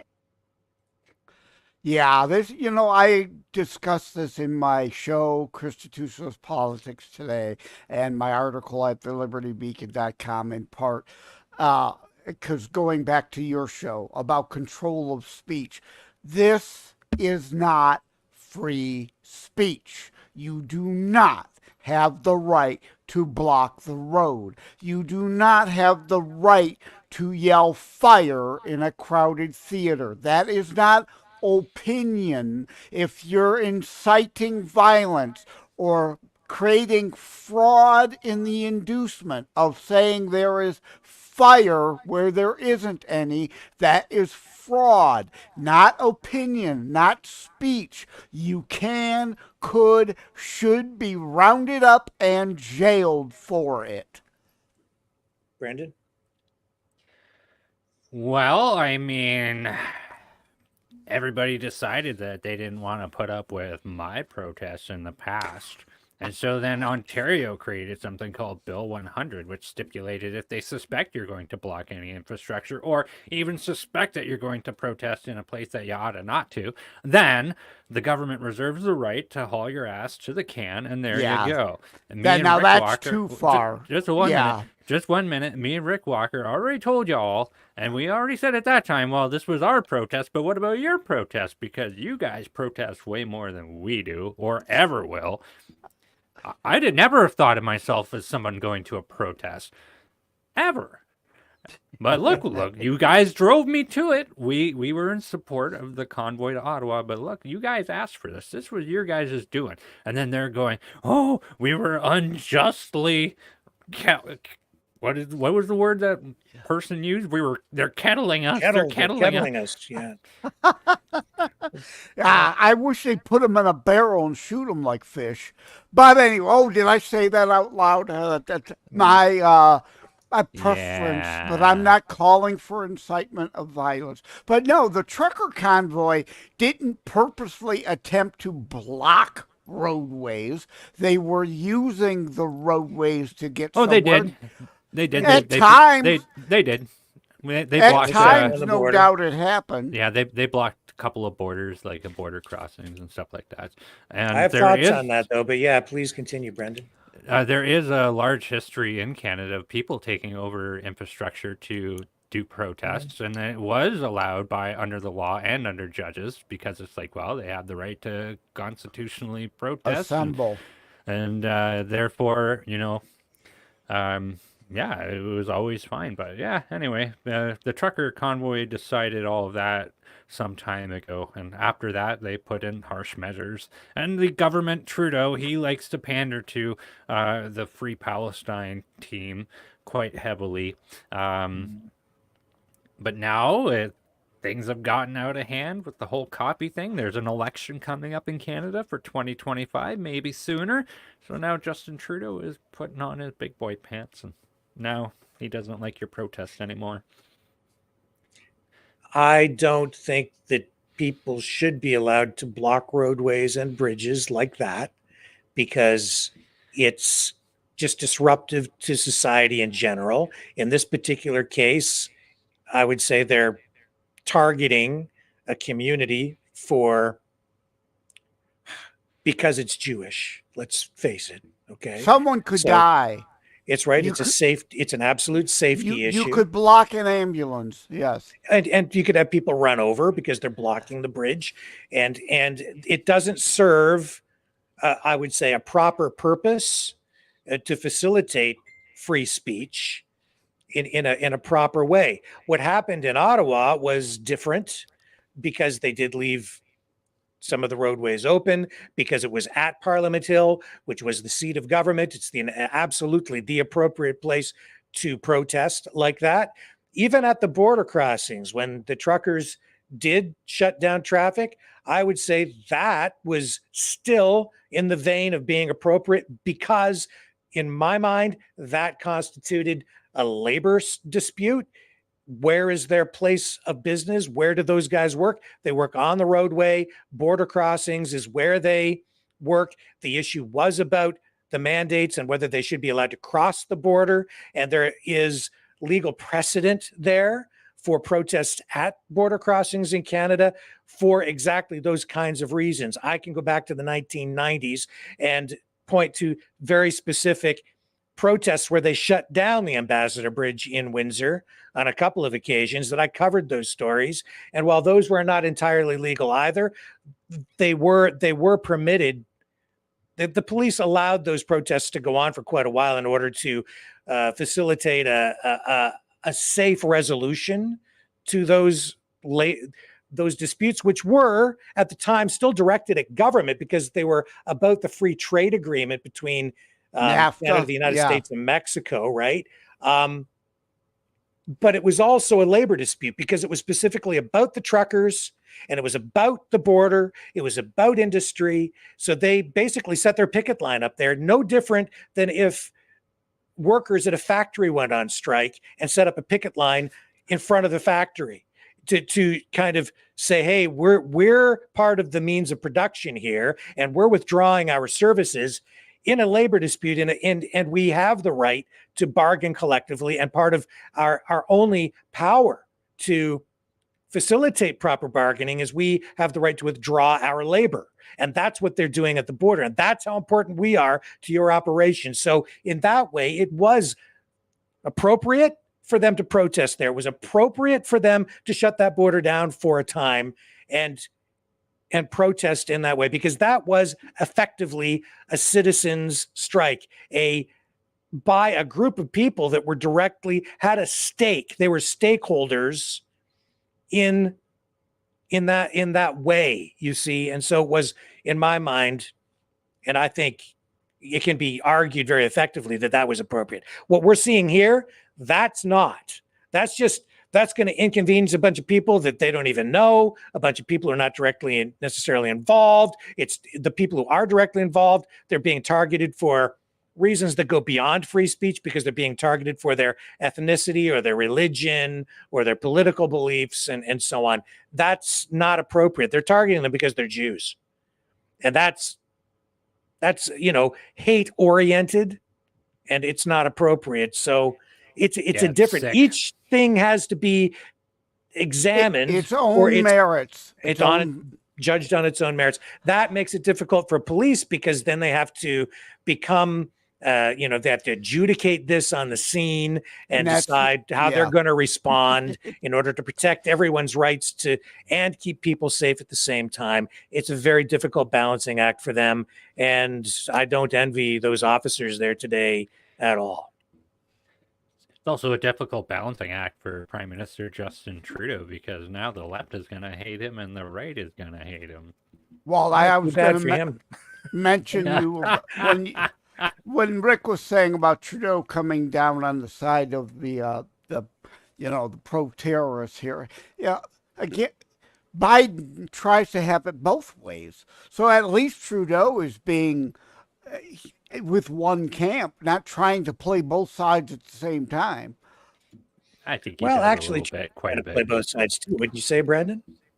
I would say he does. Yeah, absolutely. I think though, there's been some unflattering things happening with this particular overpass, and because of that, Justin Trudeau has been getting a lot of slack on it. So, and amongst other pressures, I think he had a hand to play in telling this police force, saying, "Hey, look, we got to clamp down on this." And I think it was a collaborated effort. But this guy here was arrested again. Karim Assad out there doing an amazing work, and hats off to her for covering this. Go ahead, Joseph. I interrupted you. But like the Biden thing, the UK airstrikes in Yemen, Trudeau was pushed into this. They went over the line. They went too far. They're going too far. So now he's getting backlash and having to act. Just like Biden. Let it go too far, too long, too much, backlash, and now has to do something. Well, I have no sympathy for Trudeau at all because he helped to create this problem. Correct. Honestly, he did, with his immigration policies, with his just playing both sides off against each other. And now he's got a mess on his hands, and it's the Israel-Palestine problem playing out in Canada now, because you brought both sides here to fight here is what you've done. You What you brought mean to the say third is, world problem to us, yeah. Well, what you guys mean to say is that he's culturally enriched us. Oh, I'm right. sorry. Yes, because Oh, diversity right. is our strength, right? Well, Thank here's you for Trudeau. that correction. Yeah. Here's Trudeau talking about this right A here. few days ago, you met with Toronto's top cop, and then protests were At the banned bridge. on Avenue Road. Did you say anything to the police about these protests? I have had many ongoing conversations with community leaders, with municipal leaders, with police organizations, including the chief of police of Montreal before Christmas, on the importance of making sure that all Canadians feel safe in their country, in their communities. The right to protest is an important one in Canada that we will always defend and support. But we also need to be aware that rules and laws need to be enforced. However, the federal government doesn't have any direct line of command over decisions taken by the Ontario or the Toronto police. I had a good conversation with the need to continue to protect all Canadians, whether it's through fighting Islamophobia or anti-Semitism, and I will continue to engage with partners right across the country. Oh, yeah, there's a Did you whole lot of specifically Islamophobia going on out Express there. to Toronto's top cop that you would like to see the laws respected and abided by? My job is to make sure that all Canadians are safe and feel safe across the country. And that is the conversation we had. Hey, Justin, show Well, me too bad one. Too bad he didn't think of that during the convoy. Yeah. Hey, Justin, Premier Blackface, show me one Islamophobic rally where they're out protesting, kill the Muslims, kill the Muslims. It ain't happening. Yeah, I haven't seen any. Yeah, I can't think of any either, actually. Nope. Haven't Not seen any. since- I mean, maybe at the outset of 2001. I Oh, wouldn't say yeah, like a that- protest, but I would say, there's a whole bit on. That was decades ago now, but yeah, recent now over this, absolutely not. It's again, Premier Blackface, the left, the morons with their moral equivalency maneuver. I do hear Islamophobic, anti-Muslim things said sometimes. There's prejudice there. There absolutely is. There will always be people There's always who going to hate. right. There's going to be bigots and prejudicial people out there forever. But it's there. But I have not seen people in the streets protesting, or even anybody calling for the annihilation of all the Muslims. You know what? Honestly, I haven't. Which is why I oppose hate speech laws, right? You're wearing a sweater, Brandon. I can say I hate people who wear ugly sweaters like that all day long. What I don't have. Are you dissing my cardigan? I hate people I with will cardigans. throw down right now. But what I don't have a right to say is I insist you take it off, or people who wear cardigans ought to be murdered. That's where the distinction ends. A hate speech, you can march in the streets, say you hate Jews all you like, but when you're talking about from the river to the sea inciting genocide, that's different. That's over the line. That's not speech. That is illegal. There is a difference.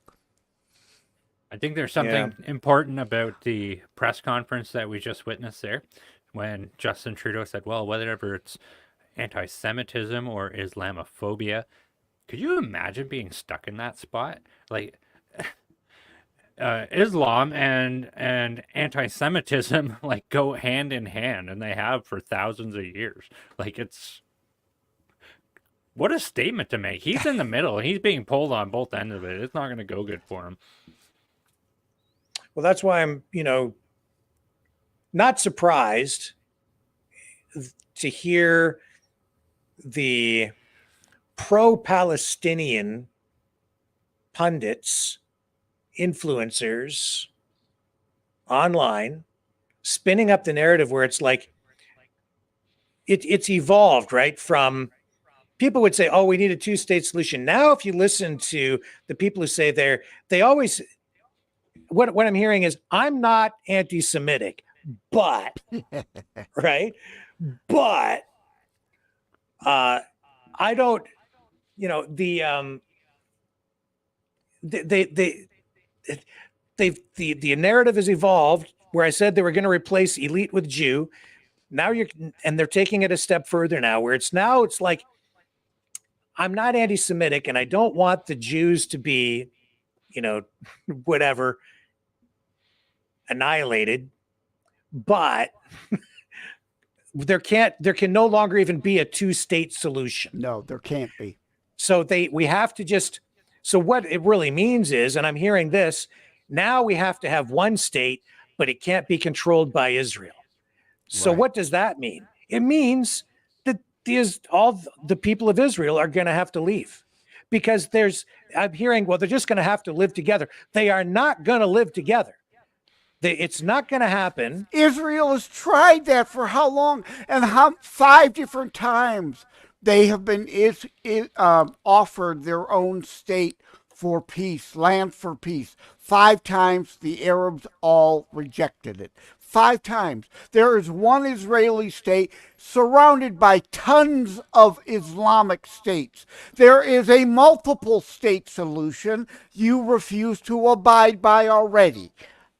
So when they're telling you this, we need to have a solution, but it can't be a two-state solution. They're being disingenuous when they're putting that forward. The final solution. Yeah, it's like, it means, yeah, there has to be a solution, but it can't be two-state. They're being disingenuous. What they're saying is, in soft language, is Israel has to go. Jews. Get rid of it. And if we have to eliminate them, then eliminate them. And that is because when they say they're anti-Zionist, it means that they are anti-Israel, anti-American, anti-capitalist, and that means Israel's gone. Why? And if you play it out, I would say by extension, why is Russia kind of indirectly supporting this through Iran? It's because they want Israel gone, because if you get rid of Israel in the Middle East, you get rid of the U.S. influence in the Middle East altogether. Now, okay, people sit there and say, well, that's just because the U.S. is greedy. They just want the oil, right? Well, yeah, but you know what? Everybody wants the oil. So as soon as the U.S. influence is gone, which is what the United States adversaries want, you take the United States out of that mix. You take Israel out, the United States falls. That's how important this is, because the United States then loses its toehold into the Middle East, except through Saudi Arabia. But with Israel gone, the United States is basically gone out of there as well. That means the United States is at the mercy. It no longer has really any influence over the transport of oil out of the region. As we're seeing now, it's under assault through Yemen, right? And the Red Sea. You don't have the US dollar is really supported by petroleum. It's the petrodollar, which is really then by extension propped up by the United States supporting Saudi Arabia militarily. You lose Israel, you lose the United States, because the dollar collapses, the United States collapses, the United States is no longer energy independent. It means the end of the U.S. as we know it, unless we drill at home. And you've got so much influence, foreign influence over the environmental movements here to prevent us from drilling here, that it's going to be difficult to get back to a place. You can't replace all that oil that easily. You can't replace that energy. And going to electric cars is not going to solve that problem. That's why this is evolving the way that it's evolving. This is for all the marbles. This is why we're on the verge potentially of a third world kinetic war. This is all about not just Israel. This is about the United States of America and Western countries in general. It's about everything. Israel, it all hinges on Israel. And that's not a cultural or you want to talk about an aircraft carrier, Israel representing a U.S. aircraft carrier essentially in the Middle East. There's some real truth to that. Absolutely. But don't think that the United States is immoral because we've been trying, or the United States has been trying to make sure that the flow of oil out of the Middle East continues for the whole world so that the global petroleum market is sustained and that world trade of oil continues. All these other countries, every other country needs that oil as well. Everybody wants to control it. You take the US and Israel out of there, it creates a vacuum. Somebody else is going to come in there and control it. And you know who that's going to be. Yeah, I'm not a globalist, but I recognize reality.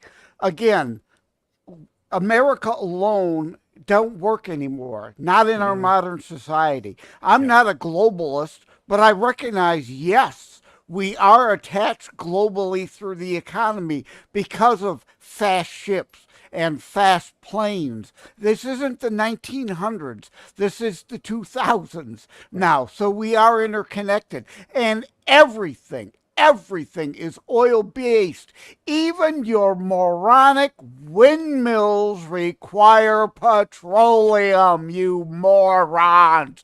Where do you think the plastic is derived by? What do you think lubricates the joints?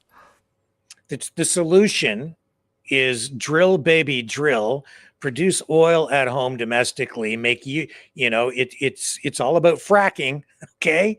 And that's the fracking solution is right there. Is we got to produce energy at home, reduce and eliminate dependence on foreign oil. That also means America first, Canada first, North America first. It means take the oil out of the ground, make sure that you've got enough domestic supply first. Yes. If you've got excess, you can put it onto the world market and sell it, but supply the home front first. First, not alone. America first, not America alone. Spare me, this Trump is America alone. No, he's not. He's not anti-Canadian. He's not even anti-Mexican. He's anti-current Mexican government that allows the cartel state that hand in hand there. But yeah, I mean, North America as a whole, we obviously have that economic interaction more so than with Europe and Asia and South America. So that's important. Yeah, each country should be whatever first, but not whatever alone. Right. And if you want peace through strength, then let that strength start with the economy and energy independence. Let it start there, because that's how you will also find peace. That's how you find true peace without dropping bombs on people, because now you don't need to engage directly with these countries on that level, because the threat level to you is not there. If they block those shipping channels and you can't get the oil out of the Middle East because the Houthis are attacking merchant vessels, you can tell them to just go pound salt and you'll just crank up production at home. Yeah. And all these environmental groups here at home, they're all bought and paid for, folks. And all this climate change crap, it's all political. They're being paid by foreign governments to block roads, block infrastructure, block drilling contracts, block access to sites where oil companies are, being even given permits to drill. It's all about that. It's about foreign influence over these. Brendan, you nailed it. These NGOs, these environmental activists, the same damn people who are out there right now being paid to go and help throw fuel on the fire of these pro-Palestinian protests in order to just destabilize everything, to keep the entire country off balance, to prevent us from producing our own energy, to keep us vulnerable to everything. Because why? They want to tear it all down, and that's how they're doing it. And Brandon was right on the other thing too. It goes white liberal leftists, right? We're on Native American land. Well, give up your house. No, I'm not going to do that. You give up your house, right? It's always you, not them. But they're the ones who care. Like in Alaska, the same envirotards, leftist fascocrats, white liberals who pretend to care about the natives here in the U.S. are the ones blocking the native tribes in Alaska from being given the permits to drill on their own land. They want the jobs. They want the economic benefit. They will benefit, but no, white liberals holding them down. Oh yeah, yeah. And man, I if feel I so was good to prime be minister, so validated. if I was prime minister, I'd be like, these environmentalists, get the hell out of the way, because we're going to drill, we're going to produce the oil, we're going to help. You know, everybody's like, well, if we could just give the First Nations clean drinking water, and they say that, they think that it's just virtue signaling. They're not Yep. really looking at the overall issue. They don't understand what the hell's really going on. They just say, if we just give them clean drinking water, that's the go-to line for people who Yep. really don't know what the hell they're talking about. No, Give- how about they give them the goddamn oil? Yeah, And so make them- they'll and have the enrich money them. to do that with. They can clean up their own water. Let You their know- communities prosper, give them wealth, raise all the communities up. Everybody. I prosper. always talk about Bono and U2. Stark raving commie moron in his youth. He saw the light to his error of his way. You create dependency, you're not helping people. The answer is capitalism and markets and teaching marketable skills. So, as you said, Rick, they build wealth. Then they can afford to do their own things. They don't want that on the left, though. White liberals want everyone dependent on them. Free them, free the people, free them from the shackles of government. You hit the nail on the Dependence. head, Rick, when you said when we're strong as a country, then we're going to be able to solve problems on the world stage. And everybody is getting rich at the West's expense currently. We have Right. sold ourselves off entirely. Our influence is getting smaller and smaller by the day. Maybe not necessarily. Canada is a small country compared to being such a large landmass. But we have no reason why we could not be way more better off economically. And we're not. We are falling behind, and we're falling behind fast and hard. We're going through definitely some sort of tribulation right now. And I've been reading a lot about the 1930s lately in Canada. I feel like we're kind of going through a lot of the same stuff that happened in the 30s. It is so weird. The parallels that are happening between the two eras are insane. And we're Yeah. almost just 100 years apart. But it's like the plane example I like to give. If you're on a plane, you lose cabin pressure, the oxygen masks come down. What are you told to do? Secure your own mask first, because you are worthless to anyone else if you don't first help yourself. That's exactly right. And there's a whole lot of good we could be doing around the world to help a lot of people in a lot of places, if we could just be stronger on the home front. But you have to start Absolutely. with prosperity here so that you are strong enough economically to spread that prosperity around the world and to help folks. Yeah, I mean, they love bringing in immigrants, but right now the only thing that we're doing with immigrants is introducing them to a new slave wage class. Come to Mhm. Canada. Yeah. You could work as a skip the dishes driver. Dependency, more dependency. They're buying votes. And further to all of this, we're seeing, okay, so this guy, right?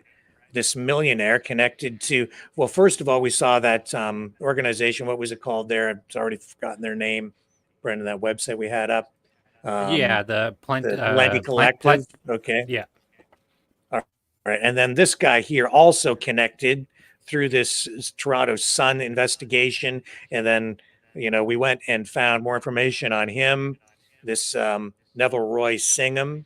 And what we've been led to is this investigation in India, where this U.S. rich dude has been accused of helping to fund a website news organization, information/propaganda organization called NewsClick, to the tune of millions and millions and millions of dollars.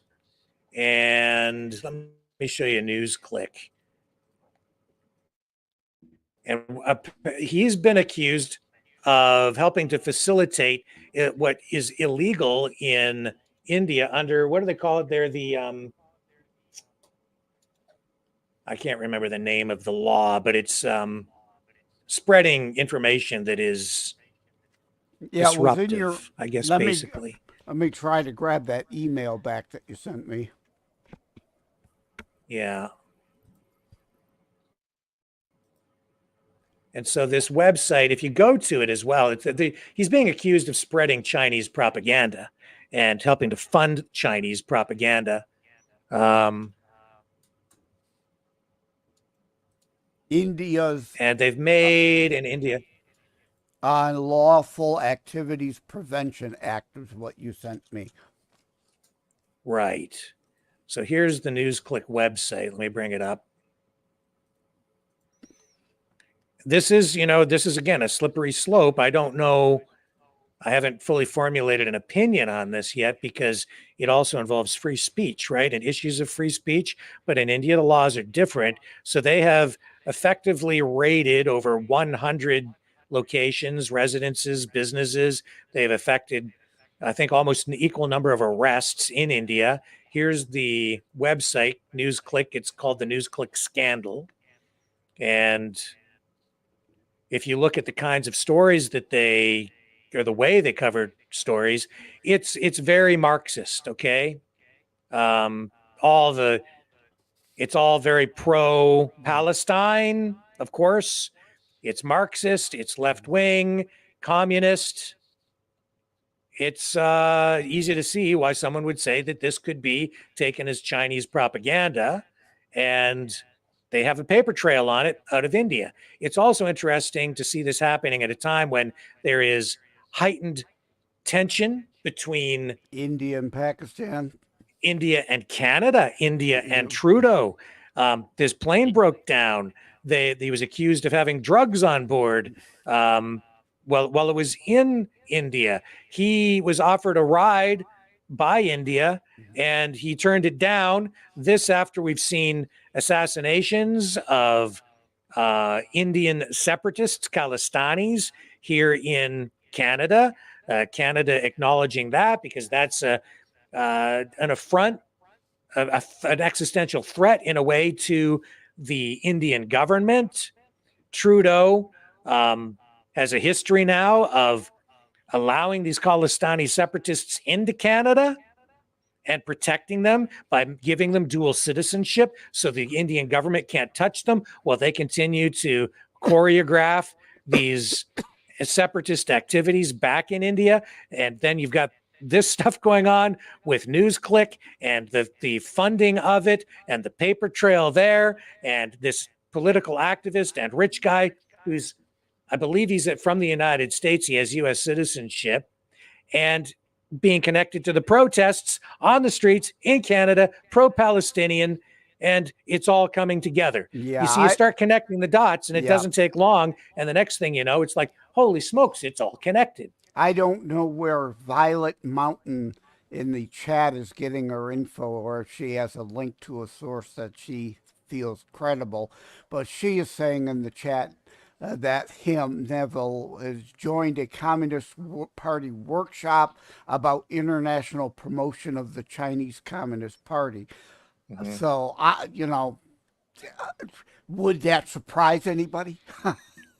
Well, Trudeau has said, he's got that famous clip, right? He admires the basic dictatorship of China because they can turn their economy around in a dime, he says. But here, Brendan, you touched on this as well. This is the thing people don't understand. China has turned its economy around at the expense of the United States, Canada, and the West. everything about China.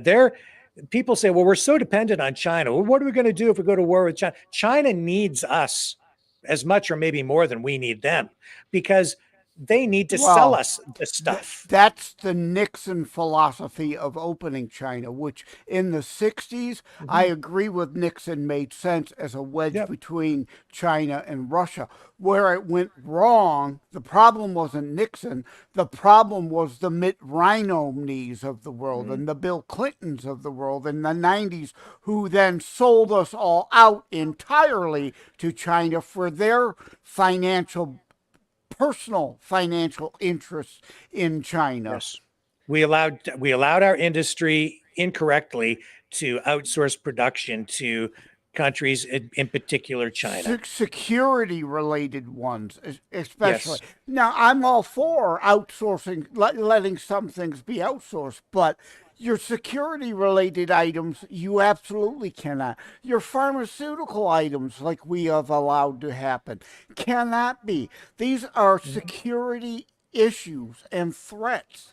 But don't sit there for a minute, folks, and think that China has the economic answers to our problems through communism, because it's not true. China has prospered and grown its economy because they become a mercantilist nation state that has really turned its economy around by becoming capitalistic and selling stuff they produce back to the West. Rick, and they've done it on the backs of their people by paying them less and not enforcing production and environmental and safety standards to the same level that we have here, so they could do it cheaper. And they've done it with coal and oil powering all of their factories and continue to do so. This goes back to the olden days. It's like saying, China needs us more, right? It's the leech that we used on bodies for medicinal purposes in the past, that our body needed the leech. No, the leech needed to suck our blood to survive. The host is not dependent on the parasite. The other way around is true. Drill, baby, drill, man. Get that oil. Tell these environmentalists to pound salt. We're drilling for the oil. We're going to, you can have your electric cars, but no more mandates. You bring the production back here, start producing your auto parts here again. You pass rules and regulations, laws that make sure that these big corporations that have become global corporations, you pass laws to make sure that your commerce is conducted in a manner that is fair to American, Canadian, Mexican, North American workers, not based on global standards, but our standards here at home. America first, Canada first, Mexico first, North America first. That's where we need to go. Drill, produce, add value here on the home front, add value every step of the way, and don't just take that oil out of the ground and ship it overseas. Take that oil out of the ground, build factories, have your plastics plants here, do everything with it that you can do with it here. You can share the wealth, you can share those resources out after you supply your domestic market and make sure that you're not just your military security, but your economic security is secured at home. And don't allow the abuse of the capitalistic system on a global scale, because these other countries do not play by the same rules as we do. We're sitting here playing by a different set of rules, handcuffed, while we allow these other countries to not play by the same rules and still sell the stuff back into our country at cheap rates. We need to start rising the tide at home so that everybody's boat gets lifted up. Yeah, Rick, I think you better stop saying drill, baby, drill. I think the royalty check that you will owe Sarah Palin is getting pretty big. Yeah, well, I don't know. I'm on board with saying drill, baby, drill.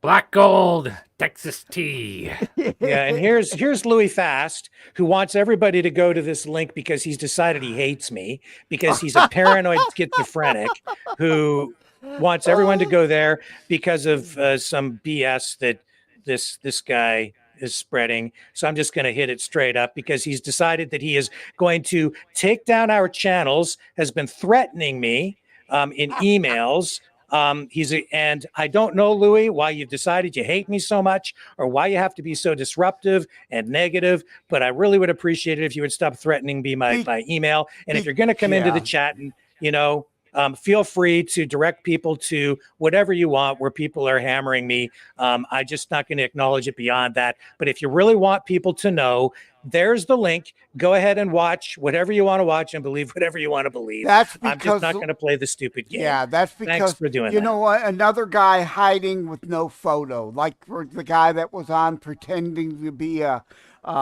Republican. Remember that from several months ago? Has to hide behind a blank avatar, can't show his face, probably can't use his real name. A leftist can never build anything on their own. They only have to try to tear down others.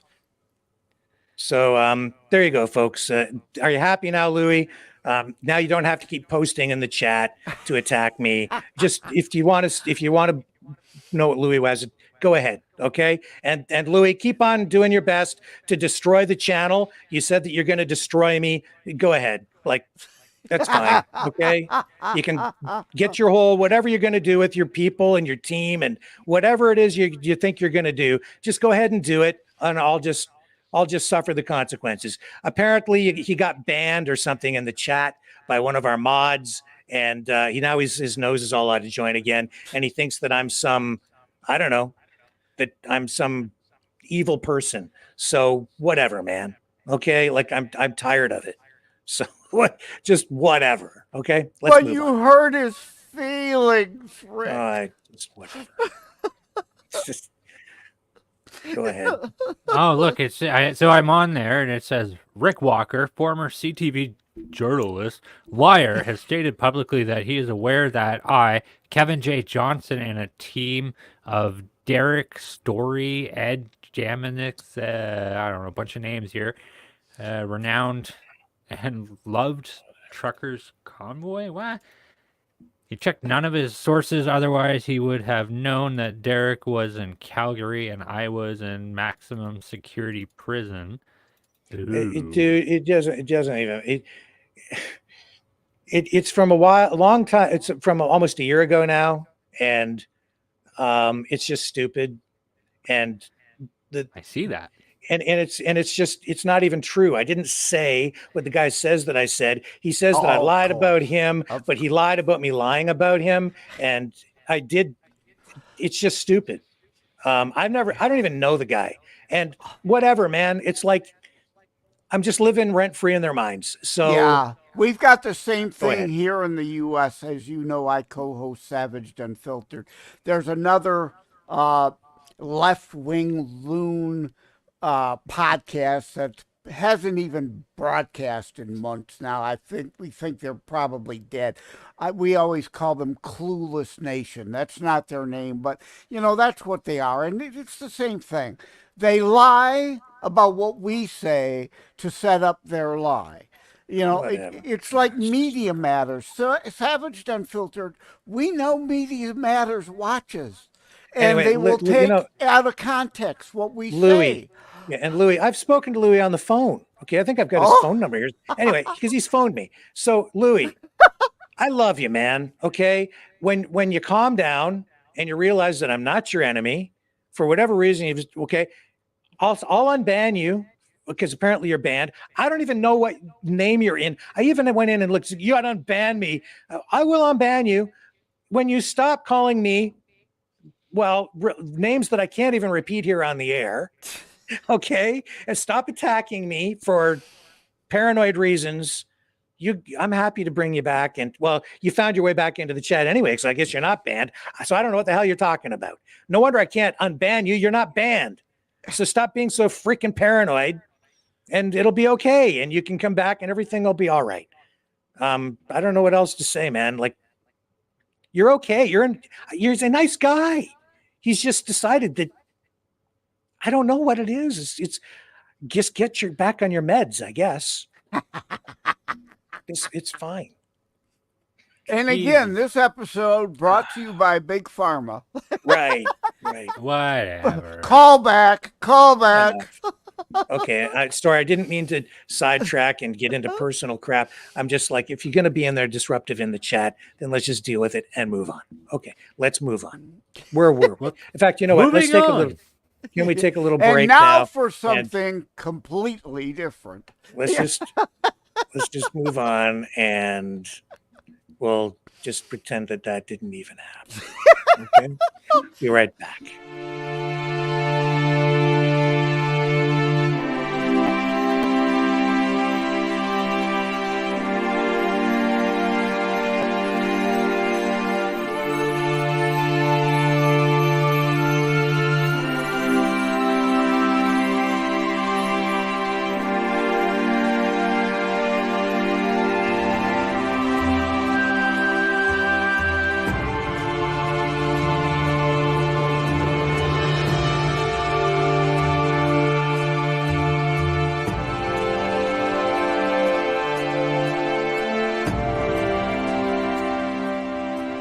Maverick News. The world is watching.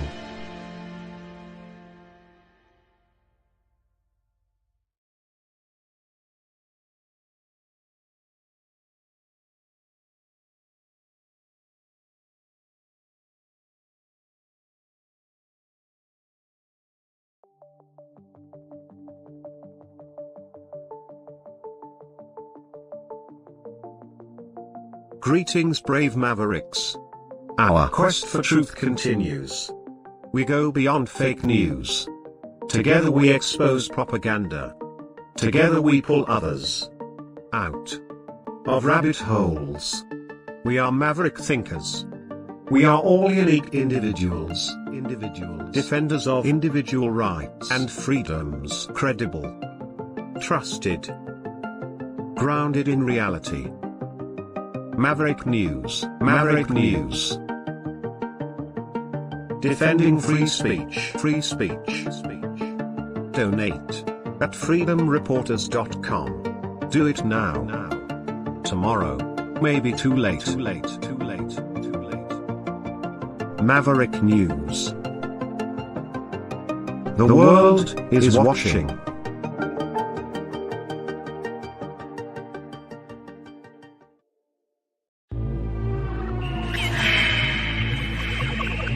Fighting the Great Reset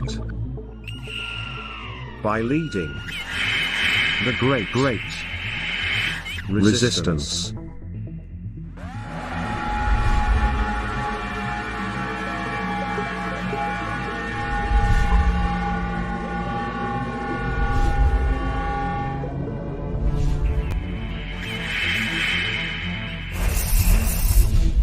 Maverick News.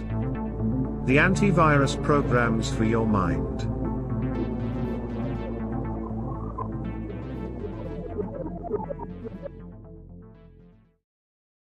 That didn't help my headache.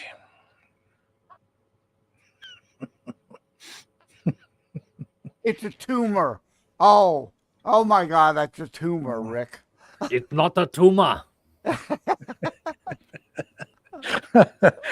Oh man, that movie has got to be 20 years old. Oh, it's Right? older than 20 years old. What are you talking about? Older. I think it was like 1990. It's got to be like I'm 30. so old. Wait, Let's find out. No, I'm curious. Cop. Kindergarten Cop, right? With Arnold 1990. Schwarzenegger. I hit it right on the nail. 1990. Oh, very good. Oh my God. What, 35 years now? So it'll be probably back at theaters for a 35th anniversary showing this year. No, they won't, because there's a line in there where the kid says, Right. boys have Girls have vaginas. Yeah. yeah. Oh, I forgot it's not gender affirming. Oh. I'll give you Yeah. something you can affirm. So yeah, this story about News Click. Good. I wish I'd thought of that name for a news site. That's a pretty good name. Anyway, It shares something with antihate.ca, doesn't it?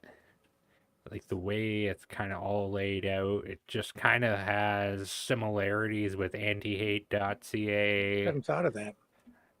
just kind of what the vibe it's given me, because I was looking at it while we were on the quick break there. I was like, this is like the same thing, but on a much more pumped up, magnified scale.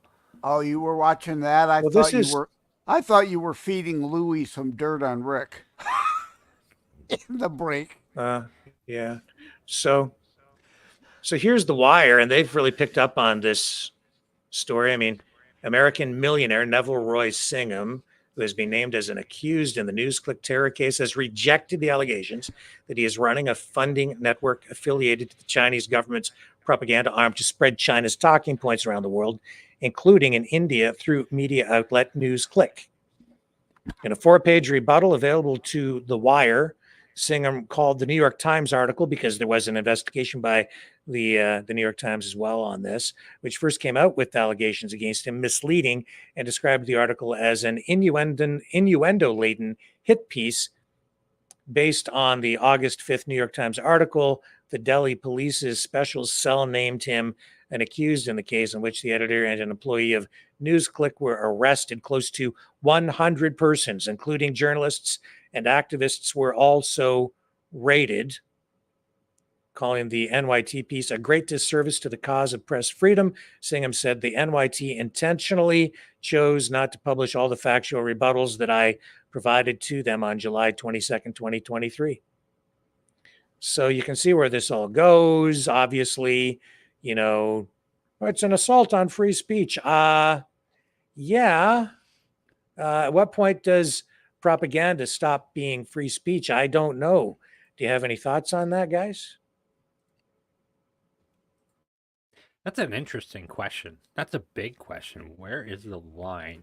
Well, this is definitely what I would call, what's the word for it? It's programming. They're programming people. Yeah, well, again, it's opinion. It can be someone's opinion, as long as, propaganda can be opinion, right? In their opinion, communism is a superior political model. They're morons, but, they can be of that opinion. Or they're just bought and paid for hacks, lining their pocket with whatever will line their pocket. But propaganda becomes actionable against when it's distorting or misrepresenting facts. Then you're dealing with fraud laws and RICO conspiracy laws. So there's definitely red lines, but they're fine lines all over the place. And this happened in India, correct, Rick? Yes. Yeah. And I'm trying to find, I had a clip queued up here, but of course, so many things up on the screen, I'm having difficulty finding it again. I will, though. I will. You guys keep talking and keeping people informed. So how's the weather out by you, Brendan? It's really sucking here today. We've had a snowstorm. So we get the same. We get the same weather, but yeah. I mean, whatever happens in India is subjected to India's laws. Like, I care about Canada and the U.S. Like, that's what I care about. As far as, like, if you're going to go do stuff in India, well, you're going to be subjected to what happens in India's law. So for me, it's not really an issue of free speech if that's the case. Like, it's none of my business. And it's when India. I understand what you're saying, but this is all connected ultimately, right? But it is connected. So if Joe Biden went there and shut the organization, well, you're seeing the same guy's name coming back, like this Neville Roy Singham seems to be involved in what's going on right here in Canada on the streets right now and connected to this NewsClick thing. He's a political activist. And then this raises larger questions about where does free speech end and foreign government influence over our political system, our politics, our way of life. Where's the line? Yeah, you know how my mind works. Now I got a dumb song parody in my head. Sing song, make it communist to last the whole day long. Anyway, yeah, Well, I I mean, I don't really know. These don't know are what to. complex To questions. be honest, I had not heard his name until you floated it. So, like you, I have to kind of keep my powder dry to some degree till I learn more around him, about him, and everything involved with him as time goes along. That name will be on my radar now, whereas it wasn't before. Oh, Yeah. so Well, he was here's promoting a pro-Chinese narrative in India, so that kind of pissed him off. He's well, they obviously have much stricter rules in India than we do here. Um, and well, here's a clip from what's the name of this organization? Republic World is the name of the channel, a news organization out of India. So let's just listen to a little bit of this report. Well, bringing you the latest on the news click scandal now, we're given to understand that the CBI has registered an FCRA case against NewsClick. Meanwhile, the CBI is also carrying out searches across 2 locations. The CBI is conducting searches in the NewsClick scandal. Shavan San joins us on the phone line. He has more details. Shavan, good morning. Tell us more, please. Well, Nupur, after the Delhi police special cell, it's the Central Bureau of Investigation that has stepped in. But as far as the case is concerned, we're given to understand that the Central Bureau of Investigation has filed a fresh case against NewsClick, which is pertaining to an alleged FCRA violation. This is against NewsClick. Remember, this is in connection with the Foreign Contribution Regulation Act, which is particularly to do with the funding that was allegedly received by NewsClick. Remember, even the Enforcement Directorate was primarily looking into the money laundering angle with respect to the fact that there was a suspicious transaction that had initially taken place in the year 2018, and thereafter there was a huge inflow of funds that came in by way of FDI, and later on it was by way of export of services. Now, this only means more trouble for Pradeep Purkayastha, who's already in the custody of the Delhi Police Special Cell. In fact, he has been sent to judicial custody for 10 days, which effectively would mean that the Central Bureau of Investigation, which is also carrying out searches today at 2 locations, in all probability would also be moving the court for taking custody of Pradeep Purkayastha in the case that they are probing at this point in time. In a nutshell, Nupur, remember, most of the agencies have already filed a case against NewsClick, starting with the Income Tax Department to Delhi Police's Economic Offences Wing, thereafter the Enforcement Directorate. Finally, you do have the Central Bureau of Investigation also stepping in. As of now, Nupur, we have only got a confirmation that this is an alleged FCRA violation case which has been registered against NewsClick. What we are waiting for is more details to come in from the Central Bureau of Investigation with regards to as to when was this case filed. Because at this point in time, remember, all that we do know is that this is pertaining to the case that was registered by the Enforcement Directorate with regards to the money laundering aspect. And during the course of the investigation, the Enforcement Directorate had also informed Delhi Police Special Cell and the Central Bureau of Investigation with regards to the funding that was received by NewsClick and the evidence that they had gathered during the investigation, which indicated that in the beginning of the year 2018, when they had first received the tranche of money from Worldwide Media Holding LLC, a company which turned out to be a paper company, and the only transaction that took place, and thereafter there was no business activity of this very company. That is the reason why they suspected that there could be an angle of money laundering. But remember, this is the same very year when the money that first came in of roughly about 9 crore rupees, it came in by way of FDI. And the fact of the matter is that they are probing right now whether at all there was a violation in the Foreign Contribution Regulation Act. Remember, this comes under the Ministry of Home Affairs. So you get the idea? So Yeah, it's the not Indian even just government- about. Sorry, go ahead, Brendan. I was just going to say, yeah, the Indian government doesn't appear to like social engineering as much as our governments do. Mm-hmm. And it isn't just about free speech; it's about money coming in. Like it's about funding these things and foreign money flowing into the country to influence politics, which can affect elections. You're muted there, Joseph.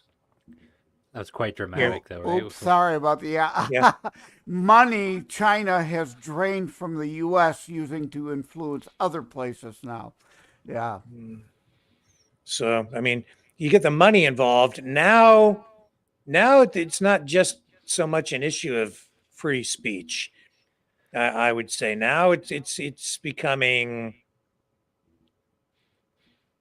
more complicated, or maybe clearer. Maybe it's easier, I think, when you start seeing foreign money flow in to get people to say things or to help people to say things. Now it's a different kind of a deal, because that would be, I guess you could examine the issue from the perspective of, well, would you allow a foreign government to own a television station in your country and operate it in a way that makes it look like it's not them without telling you who they are, and then spread their information that way? Like I said at the beginning of the program, the problem with, I would say, communists, fascists, in my experience, and I think as being illustrated right here, is they're not always straight up. They don't tell you who they are. They engage in acts of deception often these days, because they know people don't want. If you tell them, I'm a communist, this is what I think, people automatically go, communism or no, fascism, you're a Nazi, I'm out. So they have to sell it to you in another way. Thoughts? Yep, absolutely. The 7 Ds of the left: communist, fascist, socialist, whatever. Dodge, deflect, distract, distort, deny, deceive, discredit. So you have these protesters in the streets. It's the same sort of thing, or even the money flowing into environmental groups, non-governmental organizations from foreign governments. They're being influenced, they're being bought and paid for, controlled by foreign governments in that way. And then they come in here and they influence our politics, our society, our economy. And people are not aware. They think that it's, the ABC philanthropy group trying to saying they're doing nice things to help people in our country, and they're all about social justice or whatever cause that they claim that they're advocating for. And in reality, they're really working against the best interests of the country. I would say that's really the case with many of these environmental groups. My opinion is that, it's like they tell you that they're there to protect the environment or to protect First Nations, to work for the little guy. In reality, their real objective is to prevent us from drilling for oil or building a pipeline for natural gas, because it makes us more dependent on foreign energy. Yeah, I was just recording an interview with Clive Savicle for my show, come out probably March, April timeframe. He is a former fire chief. And like you're talking, they're undermining Western culture. The green movement, a watermelon is it right? Green on the outside, it's about commie red on the inside. And wildfires. More and more acreage is burned. The left don't care. They just want the issue. If they cared, they would allow us to manage the forests again, so that there would be, like I discussed with Clive Savicle, the fire chief, you've got to create fire breaks. You've got to remove the brush, or it's going to burn like crazy. And a lot of these wildfires, like up in Canada too, are set by arson, by leftists, not climate change. Well, they're all programmed to think like that and to say those things. All they know is the catchphrases. They just know like the buzzwords. They don't know If you ask them or press them on any of it, they don't know. The internet is chock full of some right-wing pundit going up to people on the street, asking them questions about something, and they go, well, do you care about the environment? Oh, yeah, I love the environment. We have to care about the environment. And then he pushes them on it, and they don't know anything, and it falls flat. With this situation here, I think it's a matter of national security if you have a foreign entity in your country pumping money into things that are designed to get people upset with their current government and to topple that government, then it's an issue of national security. This is what took down Ukraine before Zelensky was elected. There's been, I believe in Georgia, there's other similar instances. This is social engineering, and it's designed to... Go ahead, sorry. And every government gets involved, at least every major government gets involved in trying to manipulate the affairs of other governments. The United States does it in other countries. Heck, I think they do it to some degree domestically as well. Trudeau, Trudeau does. He absolutely does. And then you have foreign governments, trying to do it here. And it's inappropriate even for your own government to be doing it to us, using either donated money or in some cases even tax dollars to direct things for political purposes in order to retain power. It's also inappropriate for foreign governments to be allowed to come in and funnel money into the system so that they can even work to undermine our system. And that's our exactly democracy. Like we had that happen with the Every Child Matters scandal when they had claims that there was all kinds of indigenous bodies that were in Kamloops, that the church killed a bunch of children and put them underground. That was paid for by the Trudeau government. The activist groups that were behind it were paid for by the Trudeau government. The ground penetrating radar for it was paid for by the Trudeau government. This Plenty collective that is paying people to stand in solidarity with the Palestinians, they're receiving Trudeau money. They just received a $28,000 grant for our operations in 2023 and 2024. That's the Trudeau government paying to destabilize our country. That's what these people are doing when they go out there and cause and run amok. They are destabilizing this society. Yeah. And because we have politicians in places of power who have taken also foreign money to help fund their campaigns, because there is corruption and there is a paper trail on that quite often. And we're seeing it even with Trudeau, because you're seeing a lot of Chinese money flowing into his campaign, especially through Western, donation conduits.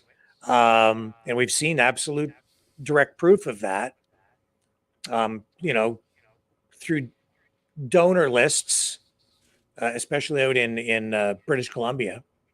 You can start to connect the dots again and see why he acts this way on this issue or turns a blind eye to that. And that's, again, him sort of playing both sides off against each other at the same time, because I think he's taken money really from both sides. Every politician tries to, yeah. Yeah. That's why he's kind of between a rock and a hard place now.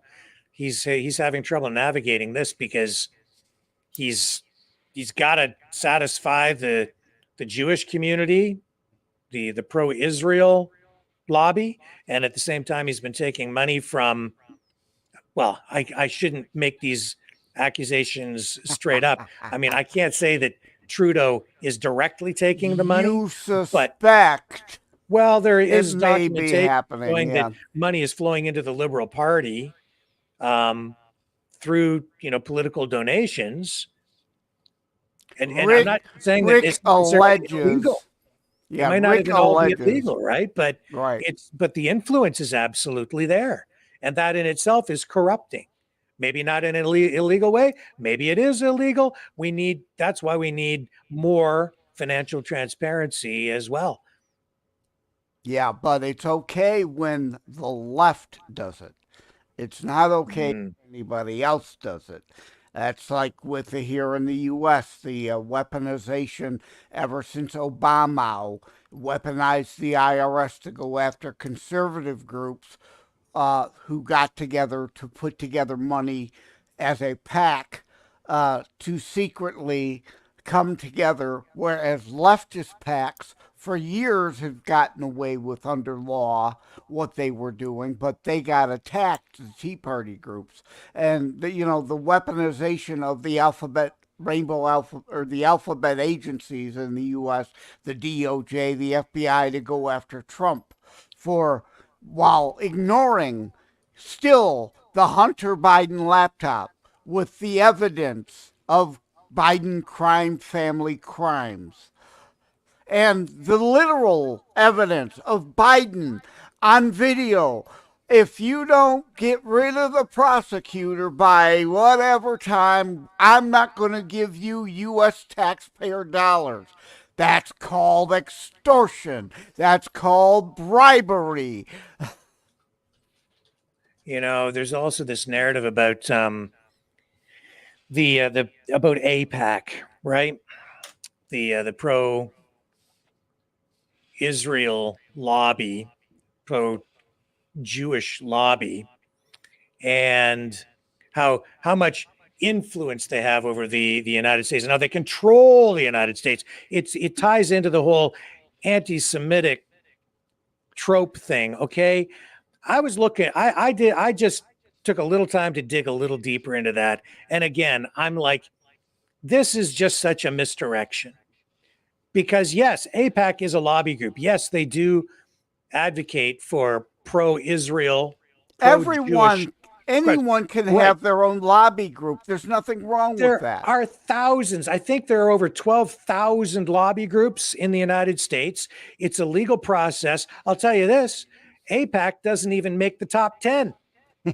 The National Association of Realtors spent $83 million in the last election cycle. AIPAC spent 53, and they're not even in the top 10. So don't tell me that AIPAC alone controls the United States. Do they have some influence over politicians? Yes.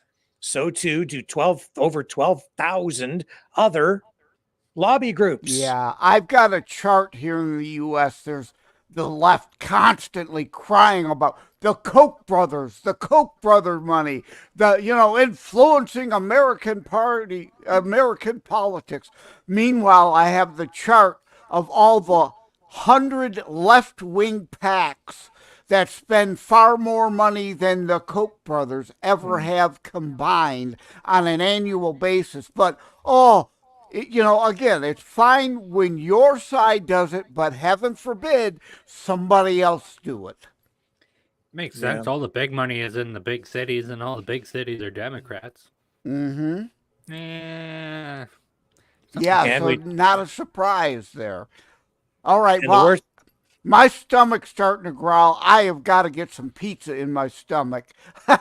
So I will bid you fellows an adieu. Thanks for having me on again, Rick. I appreciate it. Thank you, Joseph. Pleasure meeting you, Joe. Been a great conversation. You too, Brendan. Take care, brothers. Thank you, sir. We'll talk at you soon. Yeah. And it is getting close to that time, Brendan, to kind of wrap things up. Do you have any final thoughts on tonight? I just want to say thanks for having me on again, and it's always good to have conversations with you, and to the viewers out there, of course. Thanks for listening to all of my gobbledygook, and in the meantime, if you need to send donations anywhere, send them to freedomreporters.com. Rick Walker needs your help. Do that; it could help, and I appreciate everybody.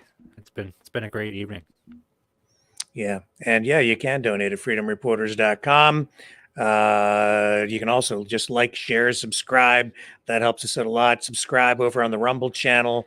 We are also, on these other platforms as well, especially with the rebroad, the repeat live streams, which are not live. They're recorded, but they're on CloudHub and BitChute and YouTube and Brighteon. So we end up on all those platforms as well. Twitter. You know the drill. And subscribe over on YouTube, even though, we'll probably get banned off there again by Tuesday. And not broadcasting at all on Facebook tonight because of those exact kind of problems. But what are you going to do? What are you going to do? Hey, forget about it. I mean, yeah, join us on Rumble and on Twitter, because I think that's going to be the future for now, and I could be wrong about that. But yeah, I mean, I do watch your videos sometimes when I do have the chance. I mean, I have a crazy life right now, but when I do watch, I notice that a lot of you guys don't just hit the like button. It doesn't cost you anything. Hit the like button. Do it. Yeah, it helps with the algorithm. It really actually does. And if you do subscribe, hit the notification bell, and then you'll actually receive the notifications when we post new videos on YouTube. So that helps too. So with that being said, thank you everybody for spending the time with us here tonight. I'm going to move on and go nurse my headache because it is pounding. And Louie, I love you, man. Please come home and stop attacking me. Come on, Louie, come home. Your mama loves you. Everything's going to be fine. Okay? And Mavericks, we'll be back tomorrow night, 6 p.m. Eastern Standard Time, right here. Same news time, same news channel on the flip side.